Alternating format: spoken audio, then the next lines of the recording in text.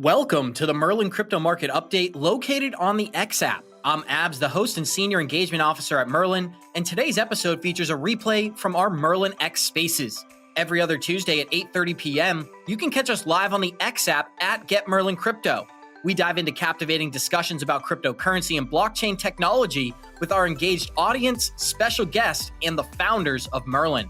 Please note, these spaces can sometimes experience technical hiccups and end suddenly. It's all part of the experience. Thanks for tuning into the Crypto Market Update, proudly brought to you by Merlin, the smartest way to track your crypto.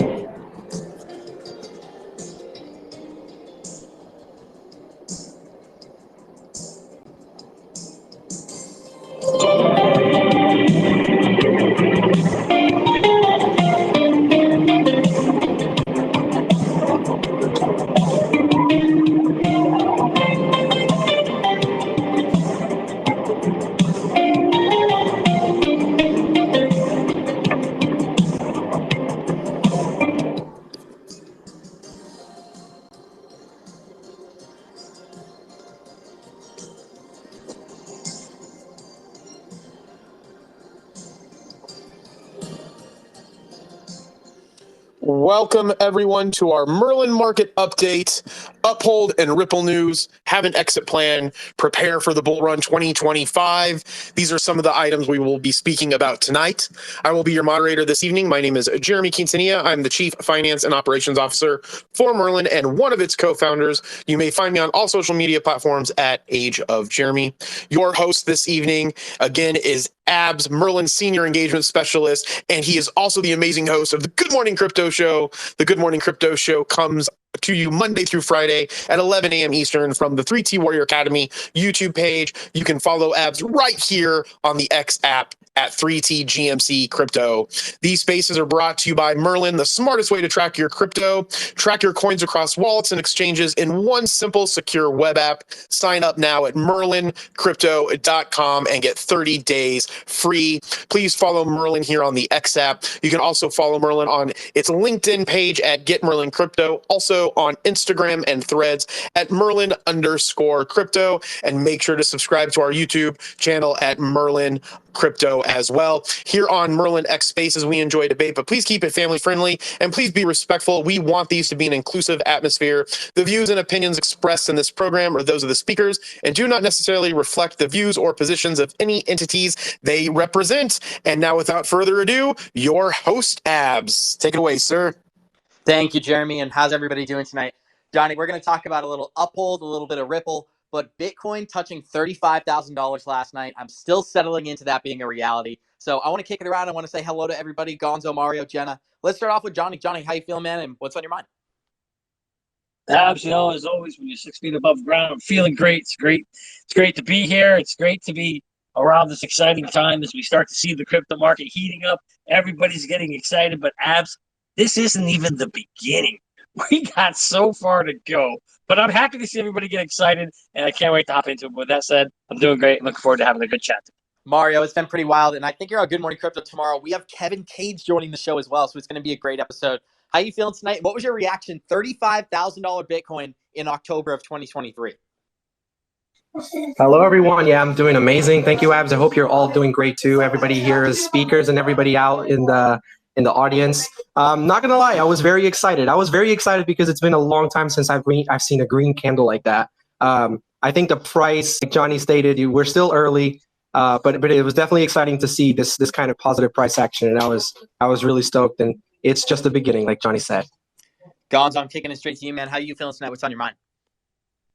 I'm feeling good, Abs. Hey, everybody. Thanks for having me. Yeah, it's been kind of a cool day. I got to do a London Crypto in the morning, the GMC, and now doing Twitter Spaces. But yeah, man, it's been cool. Like, I try to keep the emotions out of it. I kind of lean into my technical analysis. And I was a little bit surprised, but I knew that we could possibly make new high. There's a lot of liquidity that's going into Bitcoin that's being drained from the altcoins we talked about this morning. So we just got to see how high we can actually get before we get the next correction. Absolutely, Gonzo. And I'm going over the charts right now. Bitcoin is still performing fairly bullish, but the market has pulled back considerably. We're sitting at about $1.2 trillion in total market cap. We've also got Bitcoin sitting here at about 33,800. Jenna, we're going to talk about Uphold and Ripple partnering tonight too. So how you feeling before we get into all that and what's on your mind? I'm feeling amazing. No, guys, this is just awesome to see. These green candles just make you so happy, and it's just a reminder of how quickly things can rip. And we haven't even seen anything yet, right? These spot ETFs are going to start getting approved. Knock on wood, but I don't see any reason why they won't. It's just a matter of when. All eyes on the SEC. So that's super exciting. And we haven't even hit the halving yet. So of course we can see a crazy pump, or we might just see a pullback for a while until we pump again. But either way, just shows the market's not dead. And anybody who was saying, Bitcoin down to 10,000 kind of got wrecked. But it's beautiful to see just in 1 week, Bitcoin's up 20%. Solana up 26%. And Chainlink, guys, that pumps like 40% in the past week, more than 40%. And it's really cool because it always seems like it's a first mover. And, in 2021, it seems like it was a first mover as well. And then everything else just kind of follows. It's weird. So I don't know if, that's any kind of a coincidence or whatnot, but it just makes me super hopeful. And I'm super excited to hear about the news that you have about Uphold. Jenna, I want to go back to you really quickly. I'm seeing a lot of people on Twitter talk about with Bitcoin, the fact that it broke over 34,000 was a big deal. People are anticipating we could go all the way to $49,000 if this ETF news is correct. So what's your opinion on that? Do you think we'll get as high as $950,000 in 2023? Did you say me? Back to me? Yeah. Oh my God, anything could happen. It's crypto. I don't rule any of it out. I'm in a long position with Bitcoin and XRP. Actually, I have 2 different long positions open for XRP with different entries.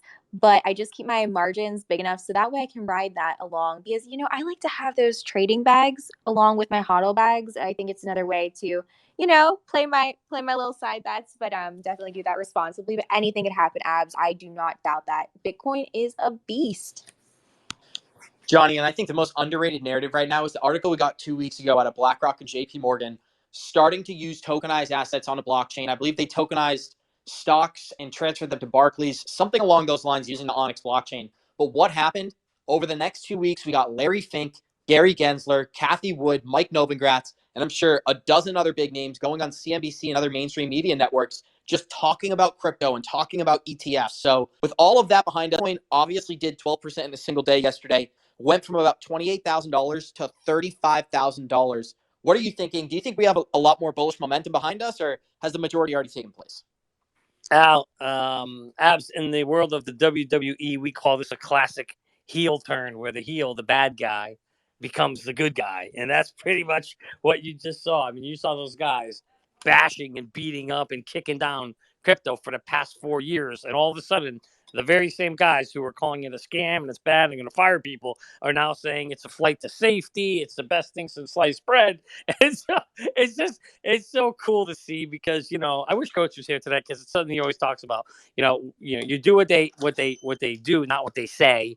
And as they were saying all these things, they were actually the ones buying and developing and creating patents in this space, right? And so now what you're seeing is the game play out. You're seeing the agenda play out, which we know is to shift to the quantum financial system as we move from Web 2.0 to 3.0 and see these blockchain technologies take their place in the world. And that's what's happening. And these guys were just getting all geared up, getting ready, getting in place for it when they weren't before, right? And now they are.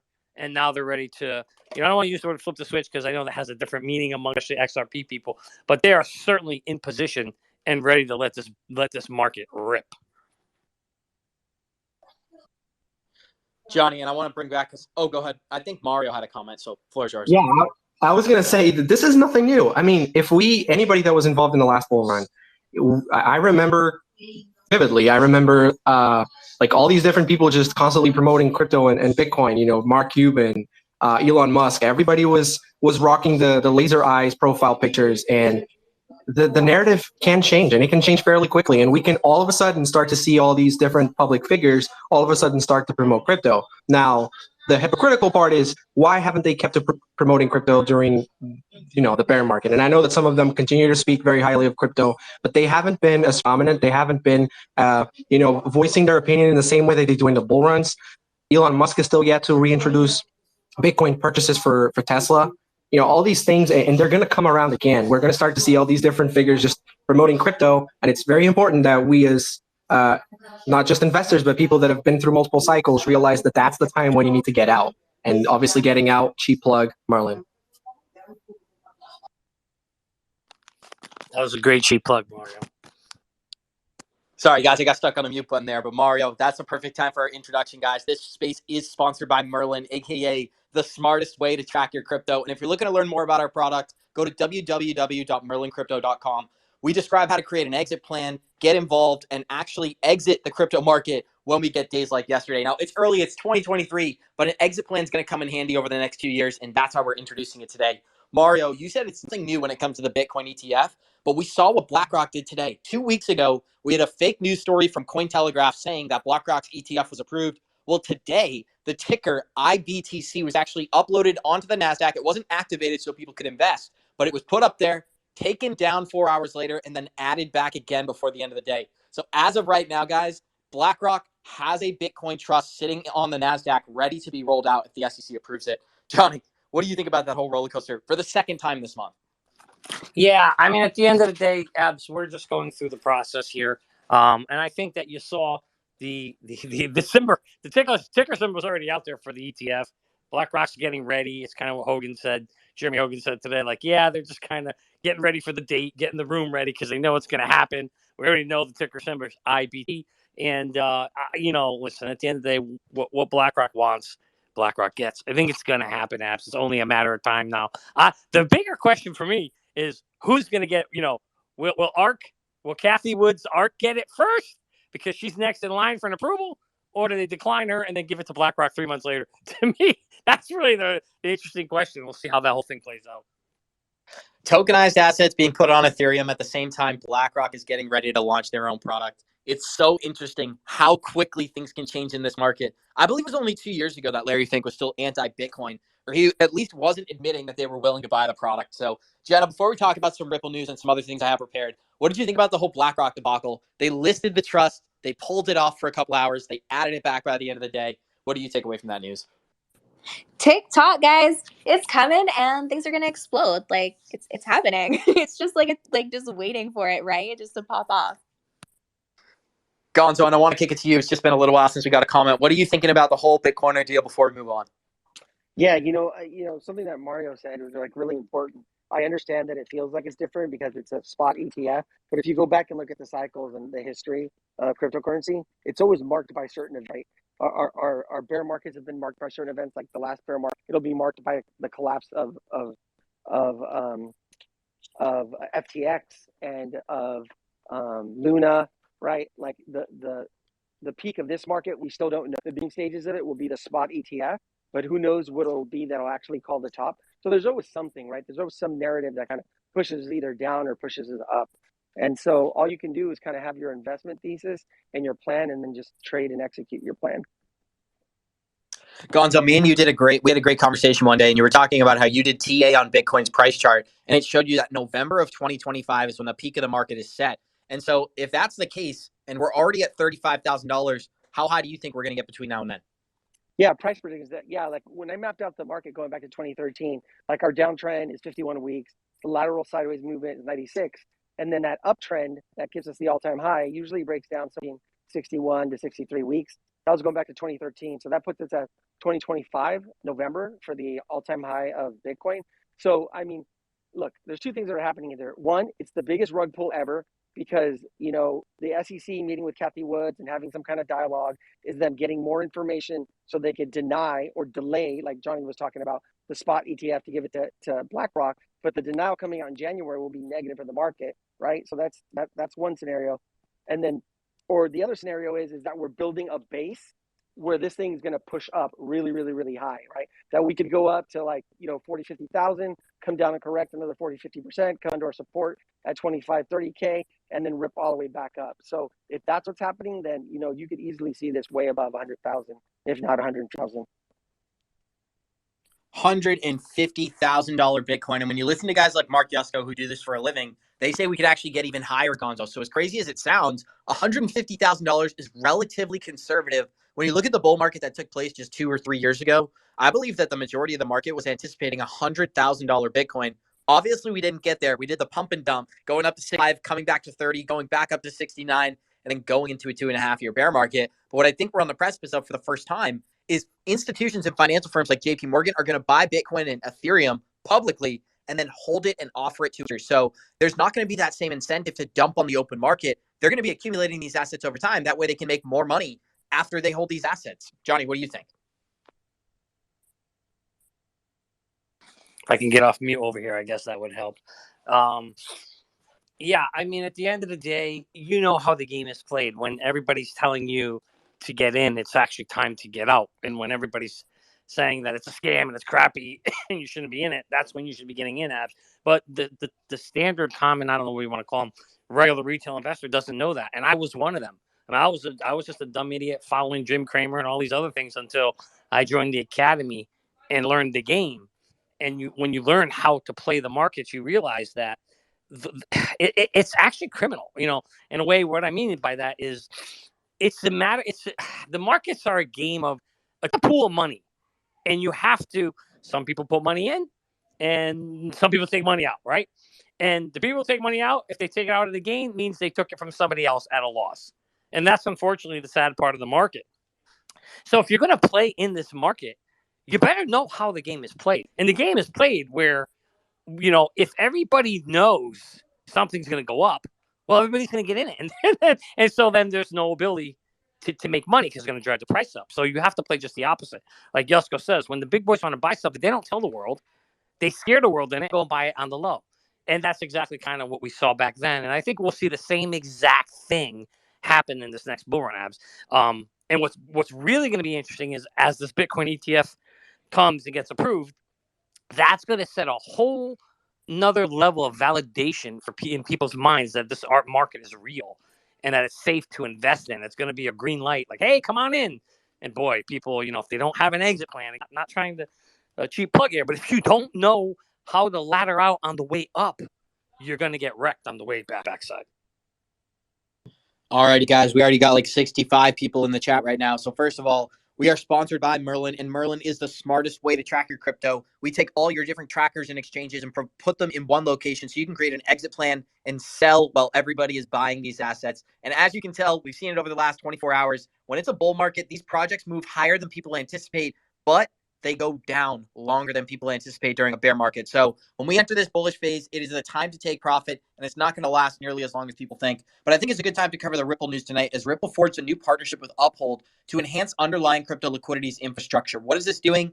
Enhancing cross-border payments using Uphold's liquidity. And Jenna, I wanted to start with comments from you because although this news is exciting, it's two powerhouse names. You got Uphold and Ripple coming out in the same article. What I'm really just seeing here is that it's an upgrade of their liquidity. They now have the ability to tap into Uphold's liquidity. That's going to enhance payments, hopefully one day in the US, but right now, only cross-border. So what did you take away from the news? It's getting a big reaction on Twitter. I think it's exciting, but I don't think it's historic. What do you take away? I thought they were already partnered with Uphold, to be honest with you, just because like Uphold never got rid of XRP during everything, and I just guess I always figured that they were kind of like, I don't know, on the same team. But apparently not. But this is really cool. I was sidetracked, to confess, Abs, by what I just sent you, and I'm not trying to distract from this, guys. But I just saw SEC has charged BlackRock with failing to disclose investments. BlackRock agreed to pay a $2.5 million penalty. Is this the fee? Like, stop, pay the toll if you want your ETF approved? So that just cracked me up. I was like laughing hysterically. And I'm wondering if they're going to do the same to Cathie Wood and the other people, like find something that they didn't disclose to make them like, okay, you want these approved?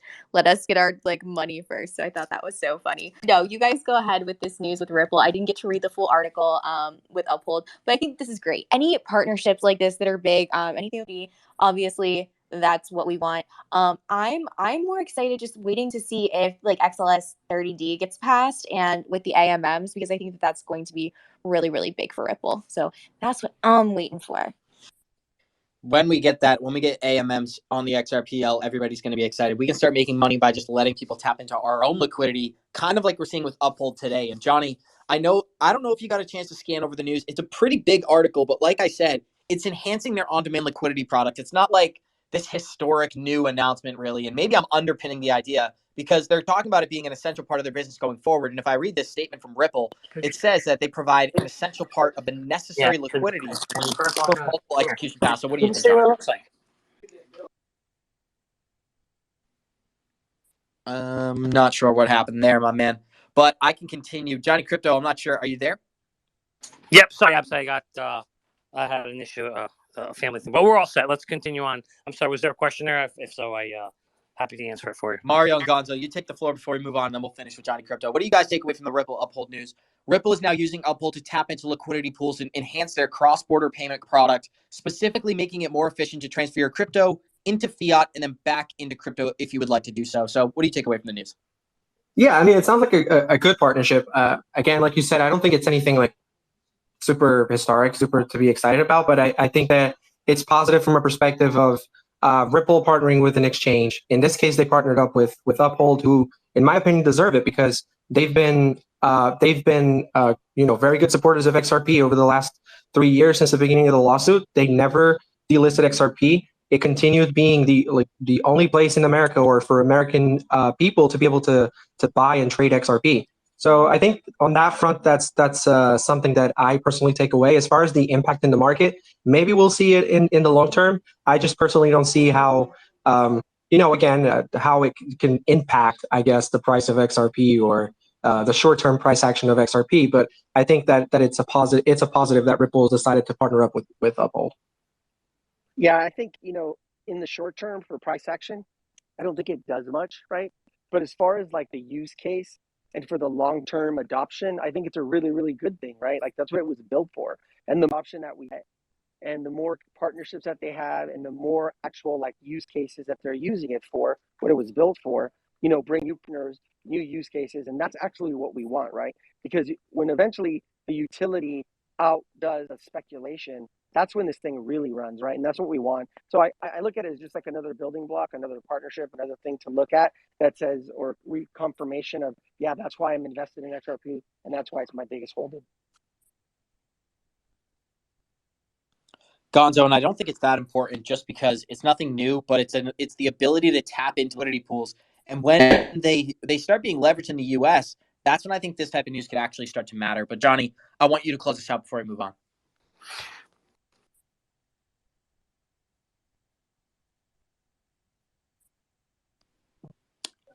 Hey, Abs, you know what I think? If I could just jump in real quick. Abs, are you able to hear me? Sorry, go ahead, guys. Go ahead, Mario. I guess I was on mute that whole time. Sorry. You can go ahead, Johnny. I was just going to cover for you. Go ahead, buddy. No, I was basically saying at the end of the day, what's really important here is Ripple is getting their name out there. They're getting the technology out there in the space. And so if you think about when you're trying to get the ball rolling, the more use cases you can get out there, for that technology to have a chance to be seen and used by other companies is really going to help them pave the way for the future. And so, I mean, anytime you see them forming a real partnership and not just an announcement of one where their technology is going to be leveraged, that's going to be a good sign for where they're going. And I really think, as we talk about who are going to be the big companies, the next generation companies like the Amazons and the Red Hats and Yahoos and Googles of the world that came out of the prior .com boom, I can't help but think that Ripple is going to be one of the companies at the forefront of this thing, along with Coinbase as well, for that matter, for different reasons. But I just think that these two companies, man, they're so primed, they're so flush with money, and they're just moving ahead and driving this space, especially Ripple. I mean, they're really zoning in on 4 key areas of where they want to play, and they're going heavy after them. So I think they're going to be a big player, and I love the fact that now anybody can get Ripple pre IPO shares through the link to, through the link to. They've opened it up now, so even non-accredited investors can get there, and that's really, really cool, because I think not only XRP will be something rise in the future, but the actual Ripple, its company. Remember, if you own XRP, you don't own Ripple. It's not like the stock market where if you own shares of a stock, you own the company. If you own a cryptocurrency, you do not own the company. And so that's really differences here, Abs. I think it's great that people have an opportunity to invest in Ripple, the company. I think they're doing great things. And I also think this is a way for them to reward Uphold, as Uphold really kind of stuck by their side the whole time when they were under the gun. Jenna, Johnny talked a lot about opportunities, so I want to focus on some of the tokens that I think are big opportunities for this upcoming bull run. And when we talk about unique opportunities, it's Chainlink, Quant Network, even projects like Solana and Matic. Those are the projects that seem like they're going to be sticking around. And it wasn't that long ago. I believe it was just a couple of years ago, guys. The metaverse was the #1 conversation in the space. Everybody was going to be using the metaverse. That came and went within an 18-month span. What I think is going to be coming around this time is the tokenization of assets. I feel like the asset class as a whole has evolved to a point. Back in 2021, all you had to do was have a website, you had a good marketing campaign, and you could create $100 million project out of thin air from nothing. I hope that that's behind us. And what I hope happens going forward is we're going to look at use cases and we're going to look at partnerships and utility. Who are you working with? Who controls your project? And what is the vision of what you're actually creating? For XRP, it's for banks. Stellar tokenization. Gala is gaming. Ethereum smart contract. Bitcoin store of value. The ones where you can clearly identify what they're doing and who they're partnered with, those are the projects that I think are going to be here to stay. And even VeChain was a project. People used to talk about that constantly. That's fallen into the background. But Jenna, what do you think about what I had to say? Back in 2021, all you needed was a website. Now I think you're going to need some utility. I don't think you're totally wrong, Alex, but I think you're partly wrong. Honestly, I think that most tokens will pump in this bull run. And I like the blue chips. They're cool. Don't get me wrong. I've held XRP for a very long time, but I don't really care about a 10x anymore. I'm greedy. I want the 50x. I want 150x. I'm looking at projects like PlayZap to have almost half of the token supply of Axie Infinity starting at the same price that haven't even seen a bull run yet. So I still think that GameFi has a chance to believe in that. But I like the lower market caps. Like I'm still looking at SHX. I'm looking at Myria. I'm looking at Caspa. Things that have not yet seen a bull run. Like it's cool, but I don't need to hold on to things forever. I'm tired of being married to them. I'd rather trade than date. I think my mindset's shifting a lot because I've been in this space for a long time. This market was long. It was drawn out. It sucked, right? I still believe in the hodl bags and everything, but and I think it's cool to have those ones that play it safe. They're going to be around for the long run, and I think that's why it's great to have Merlin in your exit strategy. But I really love AVAX. I thought that was a steal at like $9 for my blue chips. They are XRP, XLM, Filecoin, AVAX. Those are like my biggest holdings of the blue chips. I think that they're going to be great. But for the other ones, like I think it's really important to have some low market cap if you feel like you can do those high risk plays. But that looks different for everyone. I just feel like I'm comfortable enough with my level of degen, but I know what I'm looking for. I know what could potentially have really great pumpamentals, and that it's not going to take a lot for it to get like I love it having a $5 million or less market cap. That turns me on. 5 million, Jenna? Yeah, like a $5 million or less market cap going into this bull run with some of these projects, that really turns me on. The ones with their over a billion, a couple billion. I mean, this is why I don't buy Bitcoin right now. Like, right? I think it's great. I think it's a store of value, but it's already at what, 500 and some $billion market, $664 billion market cap. Cool. It's a great store of value. I think it's going to go up over time and everything like that, but I don't want a 5 or maybe 10x that I think it's going to do. I want that higher ROI, guys. That's why I'm in crypto. I didn't come here for stock market gains. So that's, that's how I play. Well, there I you go, like that, guys. Jenna. There you go, Abs. Now you know how to push Jenna's button, guys, if you're interested. I'm just kidding. No, I like that take because it's not that I don't think smaller projects will pump. I think smaller projects will probably pump more than ever. There's going to be more money circulating through this market than ever. What I kind of meant is that back in the day, just 2 or 3 years ago, which feels like a decade in the crypto market, you could market yourself so easily on Twitter, and there were so many projects that come and go, come and go. I don't necessarily think that will change. But what I think that will change is for the blue chips. Even with projects like XRP, a lot of it was speculation. A lot of it was investigating on our own. I think over the next 2 or 3 years, it's going to be public information like Bitcoin. It's going to be in a publicly traded trust provided by BlackRock. None of that's a secret. We're going to see XRP utilized by companies in Europe, in Africa, in the UAE, in Asia, and inevitably in the United States as well. And all that will become public information. Like last example I'd like to give, XDC is one that we're seeing right now in Japan. Hong Kong, they're utilizing it for trade contracts. None of this is secret information. So I didn't mean necessarily small projects won't pump. I mean bigger projects are going to be held to a higher standard. Yeah, no, I agree with you, Abs. I love XTC as well. But here's the other thing I think about, what Ripple just went through with the SEC. Okay. So how many of these other tokens have launched an ICO, IDO, whatever? How many of them maybe did things the wrong way, are actually an unregistered security? How many of them have the money to fight or to pay whatever the fine is going to be from the SEC? So I'm just thinking about how many are actually going to be here, how many are going to get wiped out, what's going to be hanging over their head. I think really, of course, XRP is a sure bet. Man, you've got to have patience to hold that. But, I agree with you, Abs, that you definitely have to have more work involved. I think it's cool to have a small bag once they'll be around for a while. But at the same point, it's just like and Gonzo was saying this earlier on the stream this morning, and I totally agree with him that there's always going to be opportunity, and you can't kick yourself in the ass either if you're taking some profits. Profits are great. You can't go broke taking profits.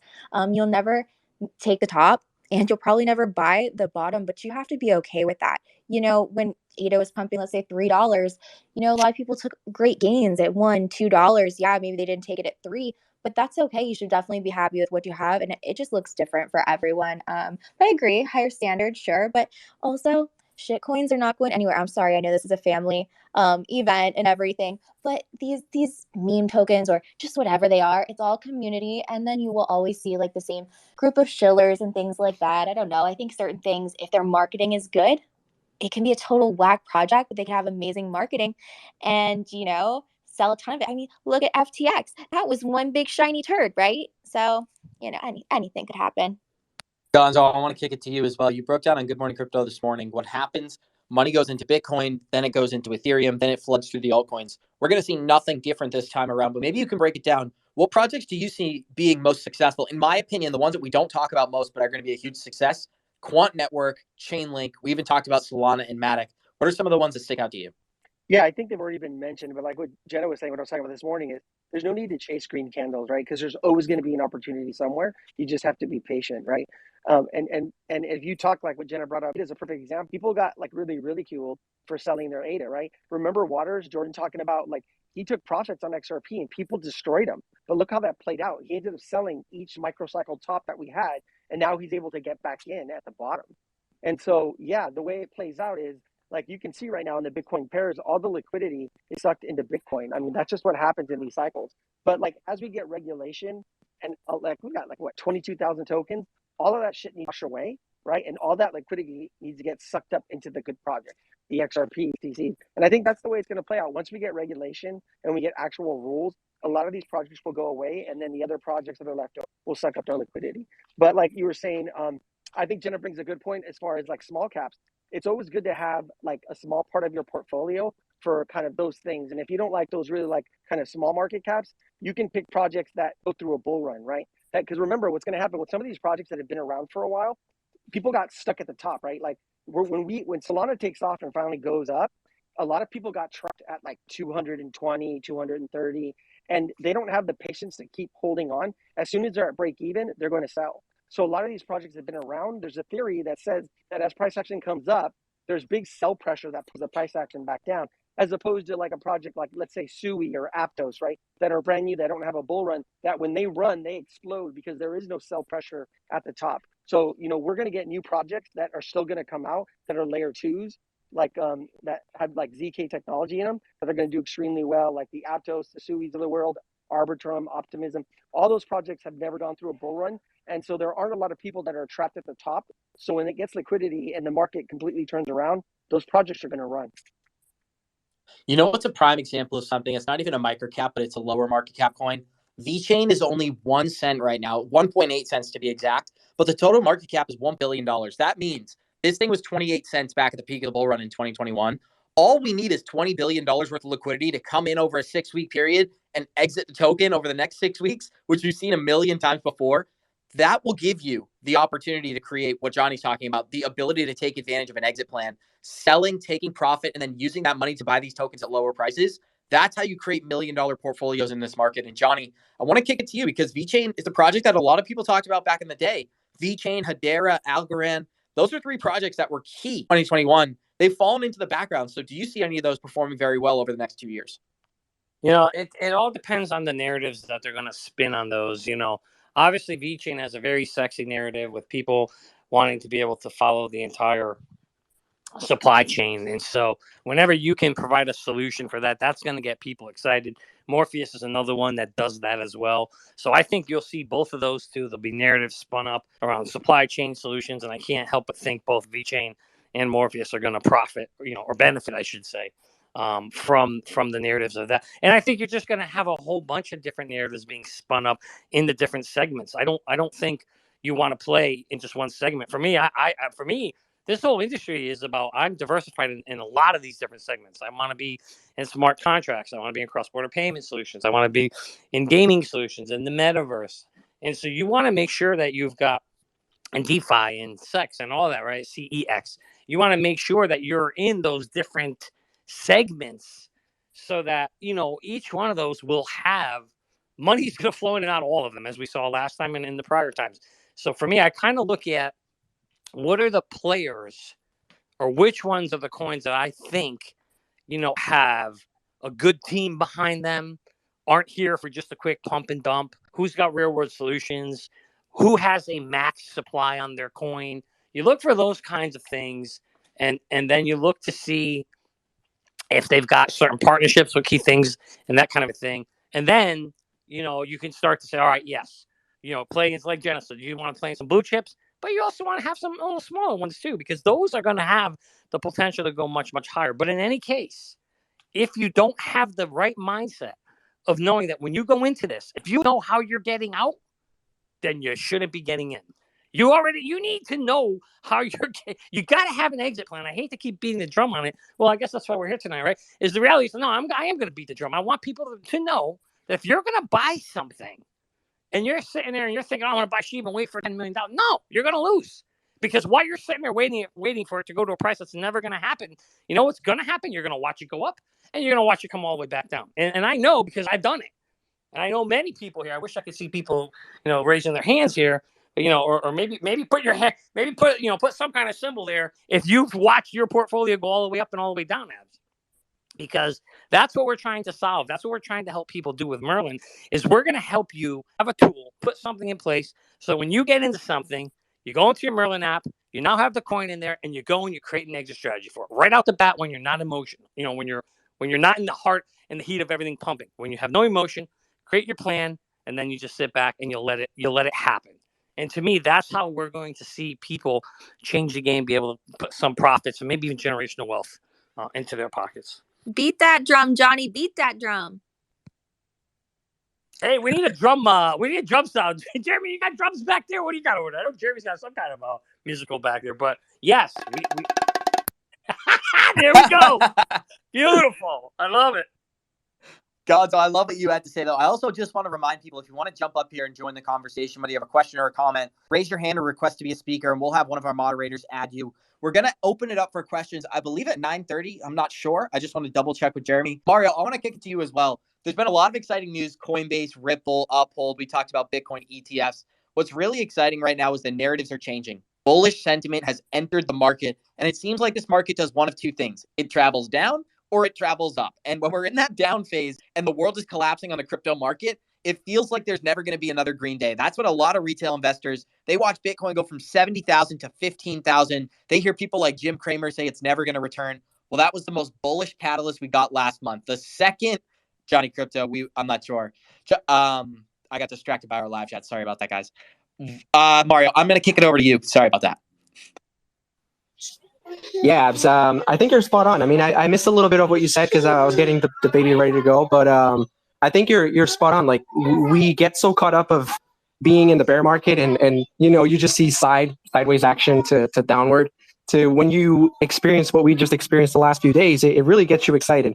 And it's not the end. It's just the beginning. There's still so much that needs to happen in this market for us to know that we're in confirmed bull run. Of course, we've just had a very positive price action. This is not a confirmation of a bull run. This is just a confirmation that the market is responding. And it's nice to see a little bit of volatility. That's what crypto is known for. It's known for volatility. It's been very sideways, very kind of boring. And as we look at it now, anybody that bought Bitcoin around the 16,000, 15,000, those lows, you're going to feel like a freaking genius because we're now more than double of those prices. And so you're up 100%, which is looking back genius. And so I think for as long as we don't have any kind of black swan or anything dramatic happen, and of course there's a lot of stuff happening macroeconomically, I think the crypto market has established a very good base, solid base over the last year. And I think those prices are behind us. And I really think it's going to be very difficult for us to go below 25,000 again, unless there's some sort of black swan event. But as long as all these news play out, as long as BlackRock gets its ETF and all the other ETF applications get approved, then we're kind of off to the races, and it's flight to quality, like Larry Fink said. You're spot on, Mario. And there's another narrative happening right now, and a lot of people aren't talking about it. But the US dollar dominance is falling by the day globally. And yesterday, we got news that the Chinese digital yuan was using their CBDC for the first time to settle a cross-border oil deal. This was a very big deal. It was a 1 million barrel deal, which is a few $billion. But in the grand scheme of things, it shows another major shift away from US dollar assets and into either decentralized assets or Russia and China-owned assets, or as we like to say, the BRICS nations. Johnny, before we open it up for questions, what do you think? China setting their digital yuan in oil trade, is that a threat to the US dollar? Oh, yes, of course it is. I mean, let's face it. The U.S. dollar is already dead. It's a dead man walking. Just nobody, most people who aren't paying attention don't realize it yet. But it's so dead and done and finito and over with. But it takes time, because it was so strong and so powerful in the whole entire world as the world reserve currency. It just doesn't, the way currencies get removed, they don't die overnight, Abs. In fact, if you look at the UK, they said when the world reserve switched from them to the US, I think it was like a 10-year period they said it took. So this isn't going to happen like overnight, flip the switch, and the US dollar is worth $1 today and worth, 8 cents tomorrow, although it's worth 8 cents right now. But my point is, whatever it's worth today, it isn't going to be a flip of the switch and tomorrow it's worth even, 20 times less. But that day will come when the nations move away from it. It'll be a slow, painful process. And so therefore, as more and more people move away, countries move away from it, that means let me kind of help people understand what happens here. These countries are going to be dumping the dollars that they had set on the side as reserves that they were using to buy products in because of trade currency, right? Well, soon it won't be anymore. Therefore, all these countries who are sitting on piles and piles and piles of cash, US dollars, they don't need them anymore. So what do you think they do? They dump them. They get rid of them. And what happens with a simple supply and demand equation?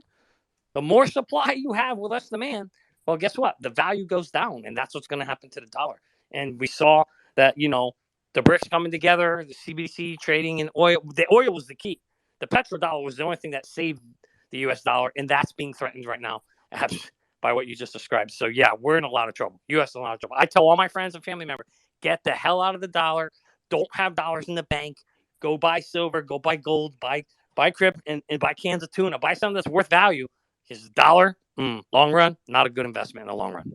Johnny, Coach JV did a great video earlier this week where he was talking about how the flight to quality, that phrase originally came when countries were fleeing to U.S. bonds as a safety when fiat currencies were collapsing. I believe it was like the 1930s. So they're using an old narrative for the same concept. Once again, we're seeing a flight to quality, but what is it this time? Treasuries, gold, and cryptocurrency. It is not the U.S. bond market anymore. So before we kick it around the group, Johnny, give me some thoughts on that. I mean, why do you think you're seeing gold go up so high? I mean, central banks have never bought more gold in the history of the world than they bought in the past 3 years. There's a reason, folks. Ask yourself the question: why are they dumping dollars and buying gold? There you go. If I could drop the mic right here and it wasn't going to break my phone, I'd drop it right there. But that's it, Abs. There's the proof is in the pudding. That they're getting out of the dollar. They're going to go into gold. They're going to, and then of course, what are we hearing is the next, alternative to gold is Bitcoin. Bitcoin being digital gold, and that is still yet to be determined. We will see. There's a theory out there that Bitcoin will be digital gold, and there's a lot of people that believe it. And I'm not saying I'm for or against it or believe it or don't believe it. I'm just waiting to see, is it going to happen? But it wouldn't surprise me if Bitcoin does become a store of value. That will be its utility, its use case. It's never going to be fast and efficient enough to be a payment system, but being a store of value, just the way gold is, where you just use it periodically when you need it, you pull it out, trade it in when you want it. Yeah, I think Bitcoin may end up potentially being, it can be that, what Larry now calls that flight to safety, and especially if the big boys are pushing it. It's very well possible. Guys, we got Ray joining us as well. Ray, if anybody doesn't know, the community director of Link2 and good friend of the Good Morning Crypto, as well as the 3T Warrior Academy team. So, Ray, how you feeling tonight? And thanks so much for being here. I love Ray. Hey guys, happy Taco Tuesday. I got nothing but love for each and every one of you up here on stage and in the audience as well. Thank you so much for having me up. It's interesting, when of course these narratives just, man, we keep getting all these narratives thrown at us, right? And this whole flight to safety or flight to quality, excuse me. For me, you mentioned Gons in regards to crypto or specific assets being the vehicles that are, say, mitigate some of that risk.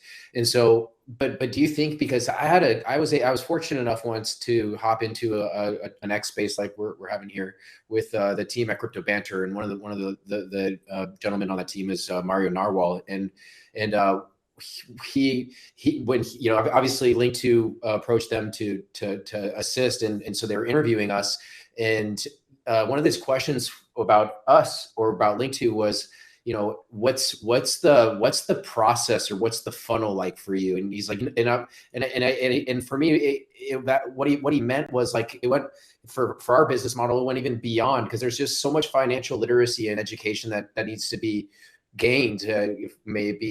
Maybe trading, maybe investing in private equity or commodities, whatever, crypto even itself. And so, but there's, regardless, this like the learning curve. And so do you think it's, now that we have, let's just say some of us have our investing hat on for the first time, throw me in that bucket.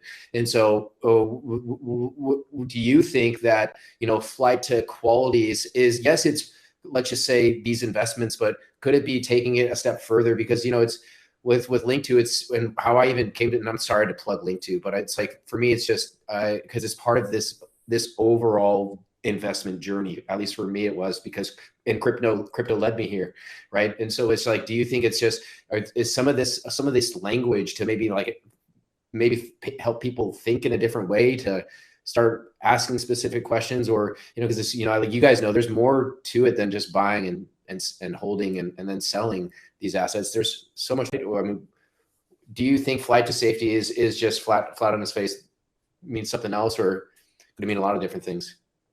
I don't know if this even makes sense. No, it definitely does make sense. I was going to say, I think Go ahead, Gonzo, and I can respond as well. I think most of us, like, are you, Ray, like our journey, like I had no idea what the Fed was. What happens when they raise interest rates? Why did they raise interest rates? And you kind of go down that rabbit hole. And as you go down that rabbit hole, then you understand what they're doing and how they're devaluing the dollar. And then you add all these other narratives like the de-dollarization and just everything that comes with it. And then you understand why we're invested in these different cryptocurrencies, right? Because you understand that this thing, they keep kicking it down the road. And a lot of the macro kind of, experts like Arthur Hayes, they talk about like that we're going to get one hell of a bull run, like one of the biggest bull runs that we've ever seen in history. And then right after that, we're going to get a huge collapse, like bigger than the Great Depression going to the 2030s. And it's just because what they continuously do, which is print, and they don't have any other way out. And then as this thing just collapses, that's all they have left, right? And so definitely, I think it all just ties in the same thing, the education and what he's talking about with the flight to safety. Yeah, and I think that Ray brought up something very important. He mentioned, the start of your investment journey. And the way that I see it, the newer generations, millennials and younger, they're not going to gravitate towards gold. They're not going to gravitate towards bonds. They're not going to gravitate towards even stocks. I really feel like the younger generations will gravitate towards crypto. They will gravitate towards investing in Bitcoin as an alternative to gold. And then obviously the other cryptos. Like I feel, and I feel this from the people around me. That's why I have this opinion. I might be wrong if we were to look at surveys, but from the people around me, the generations around me, I feel like they gravitate towards crypto a lot easier than older generations. So as we start to see a shift in the generations, it's only going to catch more adoption. I mean, that alone is it's kind of like a trend on its own. Obviously, we've got a use case that's still yet to come to crypto, but just a generation shift alone is big in my opinion. Well, first of all, Ray, don't apologize for plugging the link to. We plugged it earlier, just so you know. I just want to finish that one statement Mario said. At some point, if you want to know where the future's going, just look at what the kids are doing. I'll never forget, about 3-4 years ago, my son's friends were over here, and they're downstairs playing. And you know what they're talking about? They're talking about transferring and using crypto on their phones. And I was like, wow. That's how I knew. And I was just kind of getting into crypto at the time. Like, okay, this is what they're talking about. This is what they care about. They're not even going to know what cash. Their kids won't even see a cash or a dollar bill. To them, it'll be an antique. They don't even know what it means. But there's no doubt, Ray, when Larry talks about flight to safety, he threw crypto in there. He knew very well what he was saying. Every single word is perfectly planned. And for him to call crypto a flight to safety tells you that for me was validation that crypto is now on the map. Thank you. 100%.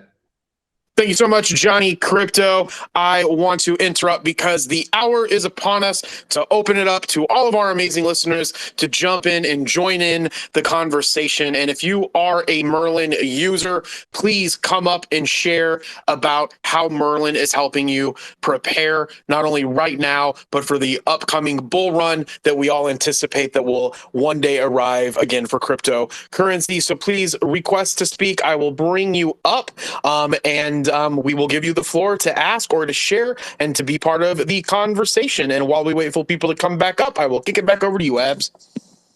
Well, Ray, I think you highlighted something that's really important, right? There's a learning curve, and Johnny did as well. He's talking about young investors. There's a learning curve that happens with crypto. A lot of people come into the market and you hear about Bitcoin, you hear about digital assets. You can't even really wrap your head around what does it mean to have something that's worth $60,000 and not even physical, right? So there's a whole learning curve that goes into understanding digital assets. But what you brought up is the narrative change that we've seen. And I think that's what's happening right now. The flight to quality phrase, you can only move the masses through fear. This is a great message from Coach JV, where he talked about they're changing the message right now. They're moving people through fear with this World War III narrative. They're going to bring us into this new digital age of tokenized assets and decentralized assets. As we're seeing right now, even if the US dollar falls, what's the most dominant currency? That would be the BRICS nations currency. What is that? That is a decentralized asset. It's a country. It's an asset backed by a series of countries, right? Not dominated by China or dominated by Brazil. Instead, it's a collaboration. That's the next financial age that we're moving into. And when he talks about a flight to quality, I think he's changing the conversation around cryptocurrencies, basically shifting it from a speculative asset to a safe asset, one that is decentralized and not dominated by any particular market. So I think you're spot on, Ray, and I think it is an important narrative.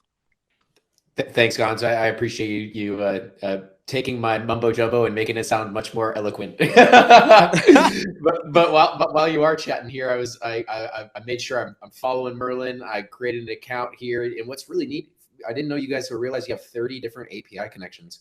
Do you mind, talking about a little bit what's under the hood here? Current portfolio overview, basic tax estimator. I understand. I thought this was just only an exit target alert. There's seems to be a lot more cool things you can do here. John Crypto, that feels like a softball pitch to me, my friend. Why don't you smack that thing out of the park? Yeah, Ray, thanks for that question. It is, Merlin is not just an alert system. Merlin does way more than that. We tried to make it all in one, your all one-stop solution for being able to, track all your crypto, see all your coins in one place, be able to see more importantly, what your gains and losses are, every single one, especially when the markets are pumping. You want to know what's going up. You want to know what's going down. We have a simple little sort. You just click the sort button and you can actually see what your largest gainers are for each day. And that's so important when the markets are pumping. 3 years ago, when they were pumping, I had all my coins all over the place. I had no idea. And I had a spreadsheet going on and all this. And I'm trying to figure out what's up, what's down. And it was so frustrating and stressful because the exchange, they don't tell you what your average price is. You don't know what your actual gain is.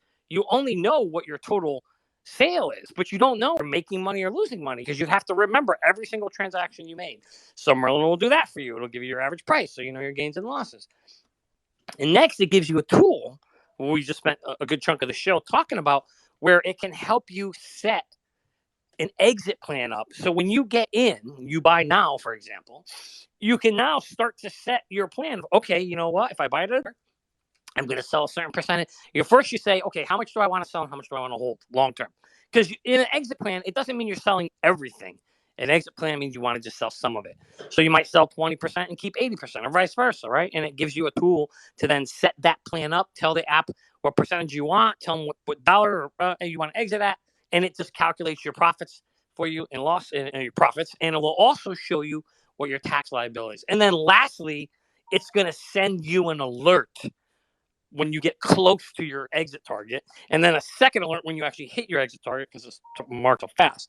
So yeah, it does all those things in one, Ray. We brought them all together in one place, and we tried to do that so that people can, have peace of mind. Because I'm telling you, it is extremely stressful going through a bull market and not knowing what your stuff is doing. And I'm curious to see if anybody else was in the prior bull run and didn't have a tracker. How did they feel when the market was pumping and you didn't know what your coins are doing? And I felt horrible. Let me chime in here because I was paying $130 a month for a tracker because there wasn't anything that existed in the market, right? So I was like, if I'm going to do this full time, if I'm going to invest all of my free time, make this a full-time job for me, I got to get the best product. Well, the best product happened to be this tracker, and it was a $130 application where you had your stocks, and it wasn't nearly as, I guess, expansive as you would say Merlin is because I couldn't have an exit plan, didn't do my taxes, and it wouldn't show me my profits or losses. It was really just good for looking at charts. And so the market was so limited. We needed a product like this. We needed a way for the retail investor to just say, I'm going to sell at this price chart. I'm going to put the target in and I'm going to walk away. And so now they have that ability. It's pretty exciting. Hey guys, one more question in regards to Merlin.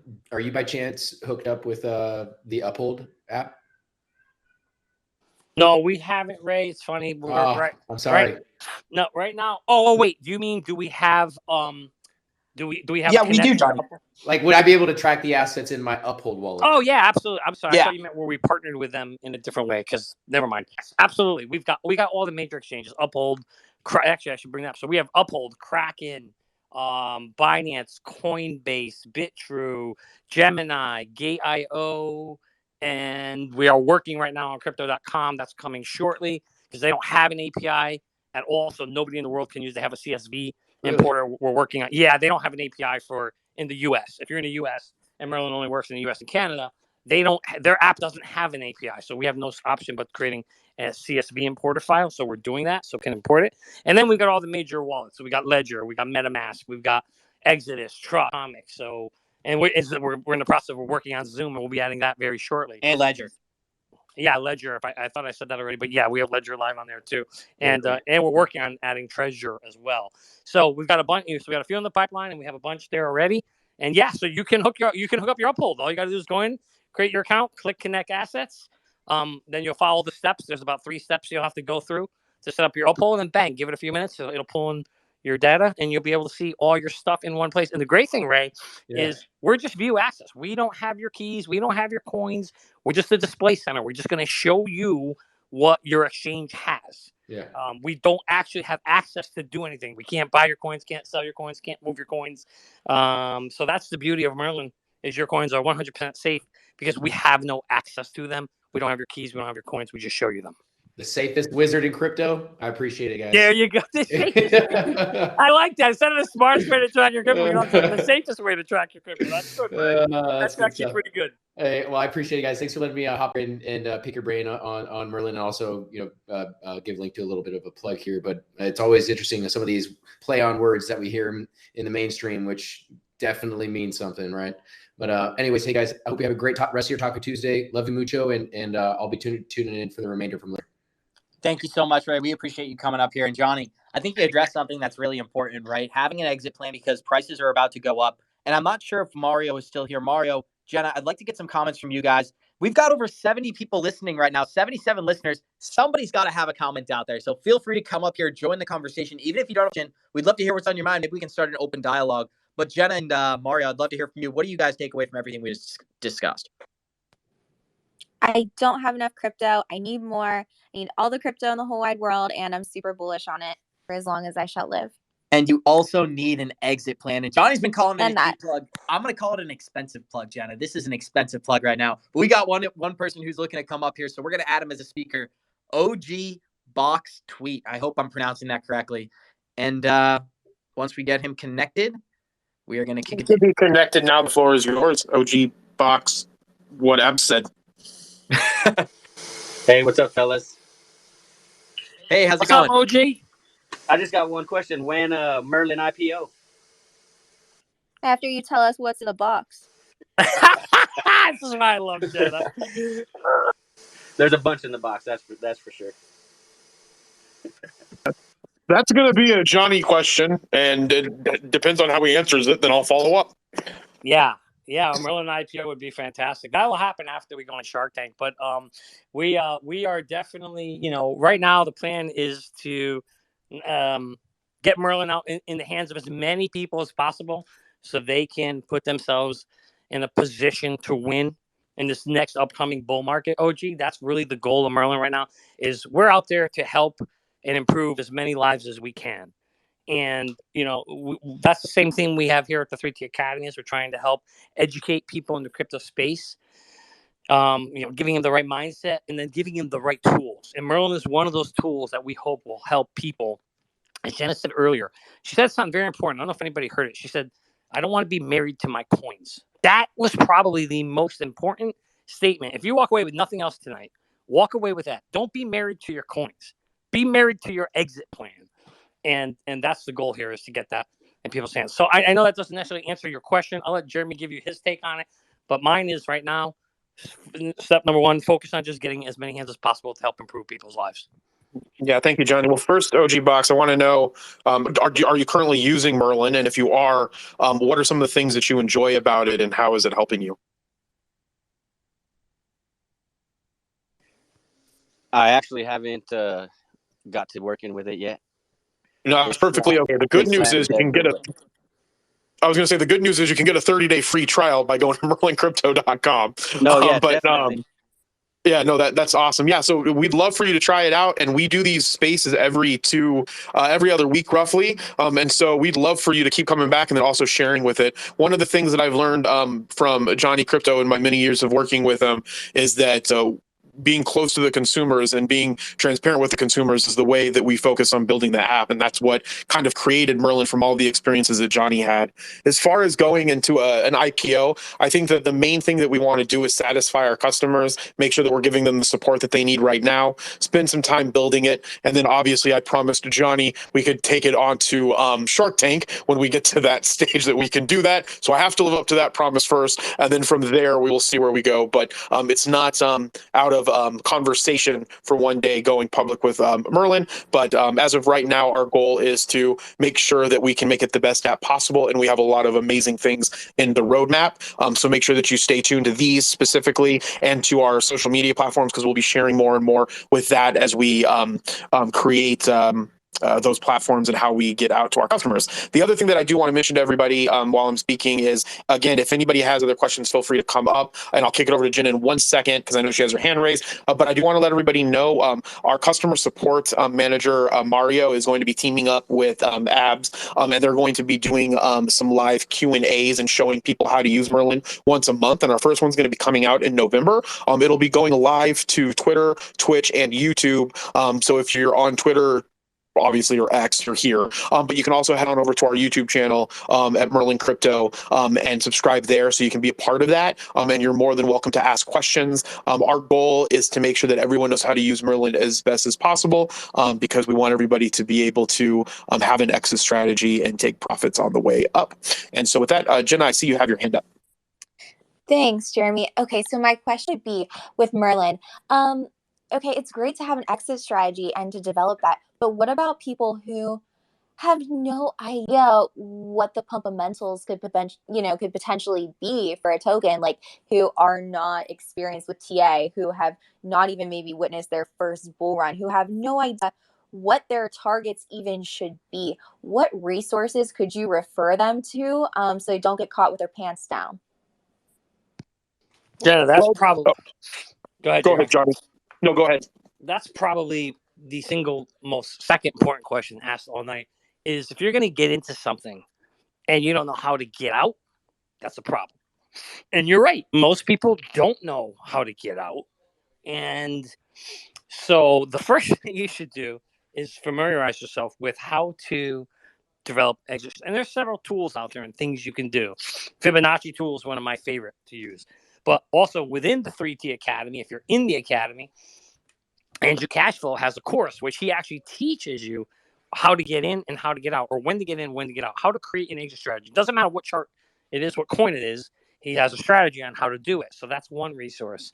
Another thing, Jenna, what we're looking to do at Merlin is at some point, and this is on our roadmap, is to create a tool where within Merlin, it'll actually help leveraging some proprietary strategies we have would be able to leverage and create a tool for, create an exit strategy for you based on your entry. And then the thing we have, I can't talk much about it, but it's partnerships with certain folks that also have exit strategies where, let's just say this, we give users a sneak peek into some of their more favorite influencer plans. So there's a bunch of different things that they can do and a bunch of different things coming that we're excited that we're going to offer to our users in the future so they can go and create that very, very vitally important exit strategy. Well, Johnny, what would be cool is if you have a leaderboard, right? For, let's say, the influencers that you have and their exit strategy, who hits their targets the most accurately, and have a leaderboard for it. Now, Jenna, now you're cooking with, I won't say Crisco because Crisco's so bad for you, but now you're cooking with olive oil. Yes, that is a great idea. And I almost feel like, I wonder if you got access to my computer because we are working on some things, roadmap things, and that's kind of, you're onto something there. I can't say more than that. But yes, I think that's a great idea. And remind me to connect with you one day and share with you what we're planning to do. But guys, if you haven't checked out Jenna also is a partner with Merlin. So make sure you go to her site and check her out. And there's a link below her account as well, where you can sign up for Merlin and get a free 30 days. So make sure you check that out. And but guys, the bull run's coming. The last thing you want to do is wait. Don't wait to get too close. We don't know when this thing's going to kick off. The minute that Bitcoin ETF happens, that could trigger it. Who knows? I would encourage everybody, if you haven't signed up for a free 30-day trial, you got nothing to lose. 30 days, click on the link. It should be in this spaces here, www.merlincrypto.com, or go to Jenna's page and on it. On her Twitter page, you can click on the link and sign up as well and get your free 30 days. And oh, by the way, yes, you do have to put a credit card in like any other service, right? But here's the difference that we did in Merlin. When you sign up with other companies, you usually have to spend another 3 hours trying, or maybe even a half a day figuring out how to cancel your account. You got to get it on the phone, talking to somebody overseas. You can't understand it, right? We eliminated all that. We made it simple. We put the cancel button right in the app, right under your plan page in your profile. So if you decide, you try it out for 30 days or 15 days and it's not for you, okay, fine. Hit the cancel button. You just go in there. It's one click, boom, done.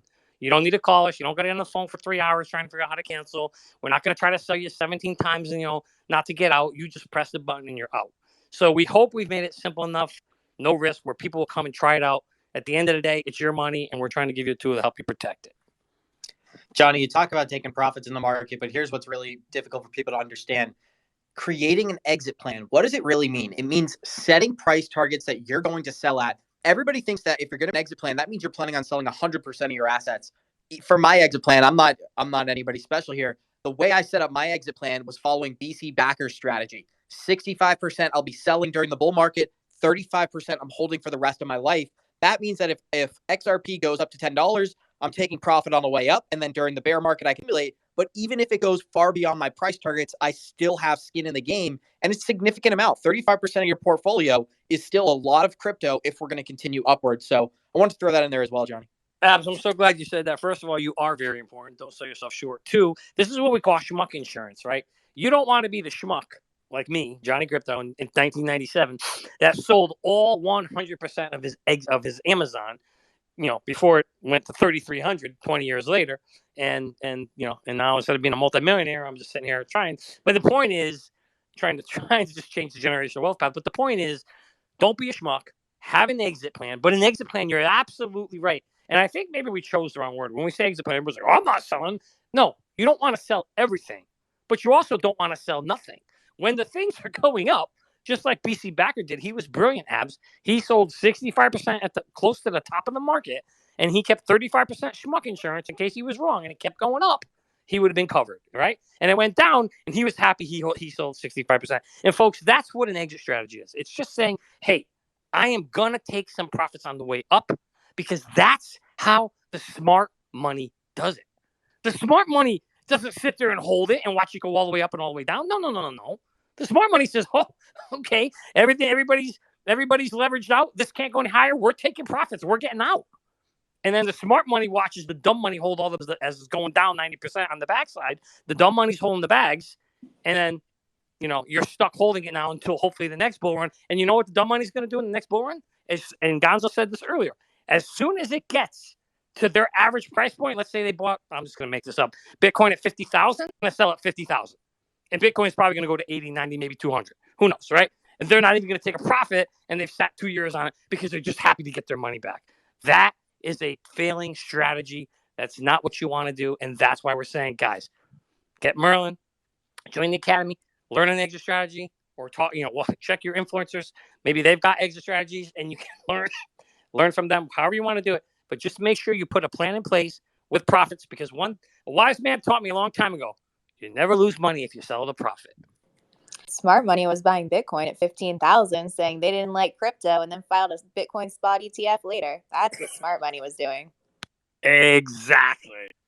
And Johnny Crypto, I'm sorry, but I gotta pull at your heartstrings here. We got to talk a little bit of Cardano, and I know you're good friends with Charles Hoskinson. For anybody who doesn't know, Johnny Crypto, very close friends with Charles.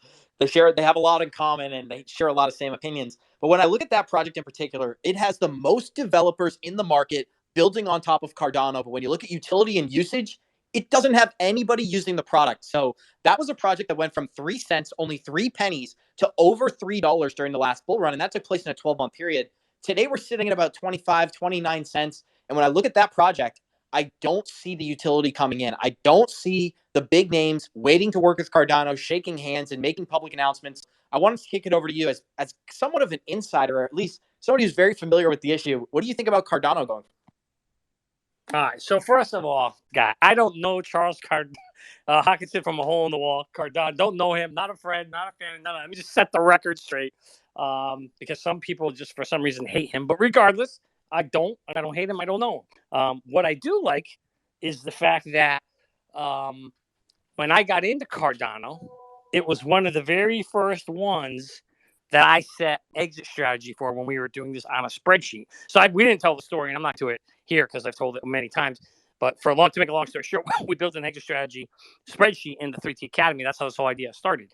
And I remember I created my exit strategy with Cardano, and I don't know, somewhere around 20 cents. So I went to I think I went to $2 or $3, and one of my exit prices was somewhere in there. I don't know, around $2 or something. And I remember when it hit it, Coach had sent a text message that one of his targets had hit. I don't know if it was Cardano or something, but mine had. And I went to hit the sell button, and I couldn't do it. My mind mentally was like, no, it's going to keep going up. Don't sell, stupid. And then I remember Coach saying he struggled with the same thing. But then he said to himself, nope, I made an exit plan, and I'm going to stick with it. And that discipline, keyword, that discipline to stick to the plan you create is what made him a profit on what he sold, and it's what made me a profit on Cardano. Because I sold Cardano, I don't know, $2, $2.50, something like that. Right? What's Cardano at today? As we talk about every day on the show, 25 cents, right? Had I not sold it at $2, I'd be sitting there holding the same bag at 25 cents. So this is why you create an exit strategy, and this is why you stay disciplined when you create it. When the alert comes from Merlin and tells you to sell, you don't think twice. You say, I made this plan for a reason. I'm sticking to it. It's going to give me profits, and I'm getting the hell out. And you stop a portion of your coins. You take that profit, and you do whatever the hell you want with it. Frankly, I like to put it in another asset that makes me even more money, right? Whether it's real estate or something, you can do whatever you want with Johnny, if I can kick it right back to you here. The original question was, what do you think about Cardano over the next 2 years? What we saw happen in 2021 was this project went from a nothing burger to the third, fourth largest cryptocurrency on the planet. And that went from 3 cents to above $3 at the time. Millionaires were made in Cardano, and I think it happened before. History doesn't repeat, it often rhymes. What are you anticipating the next 2 years?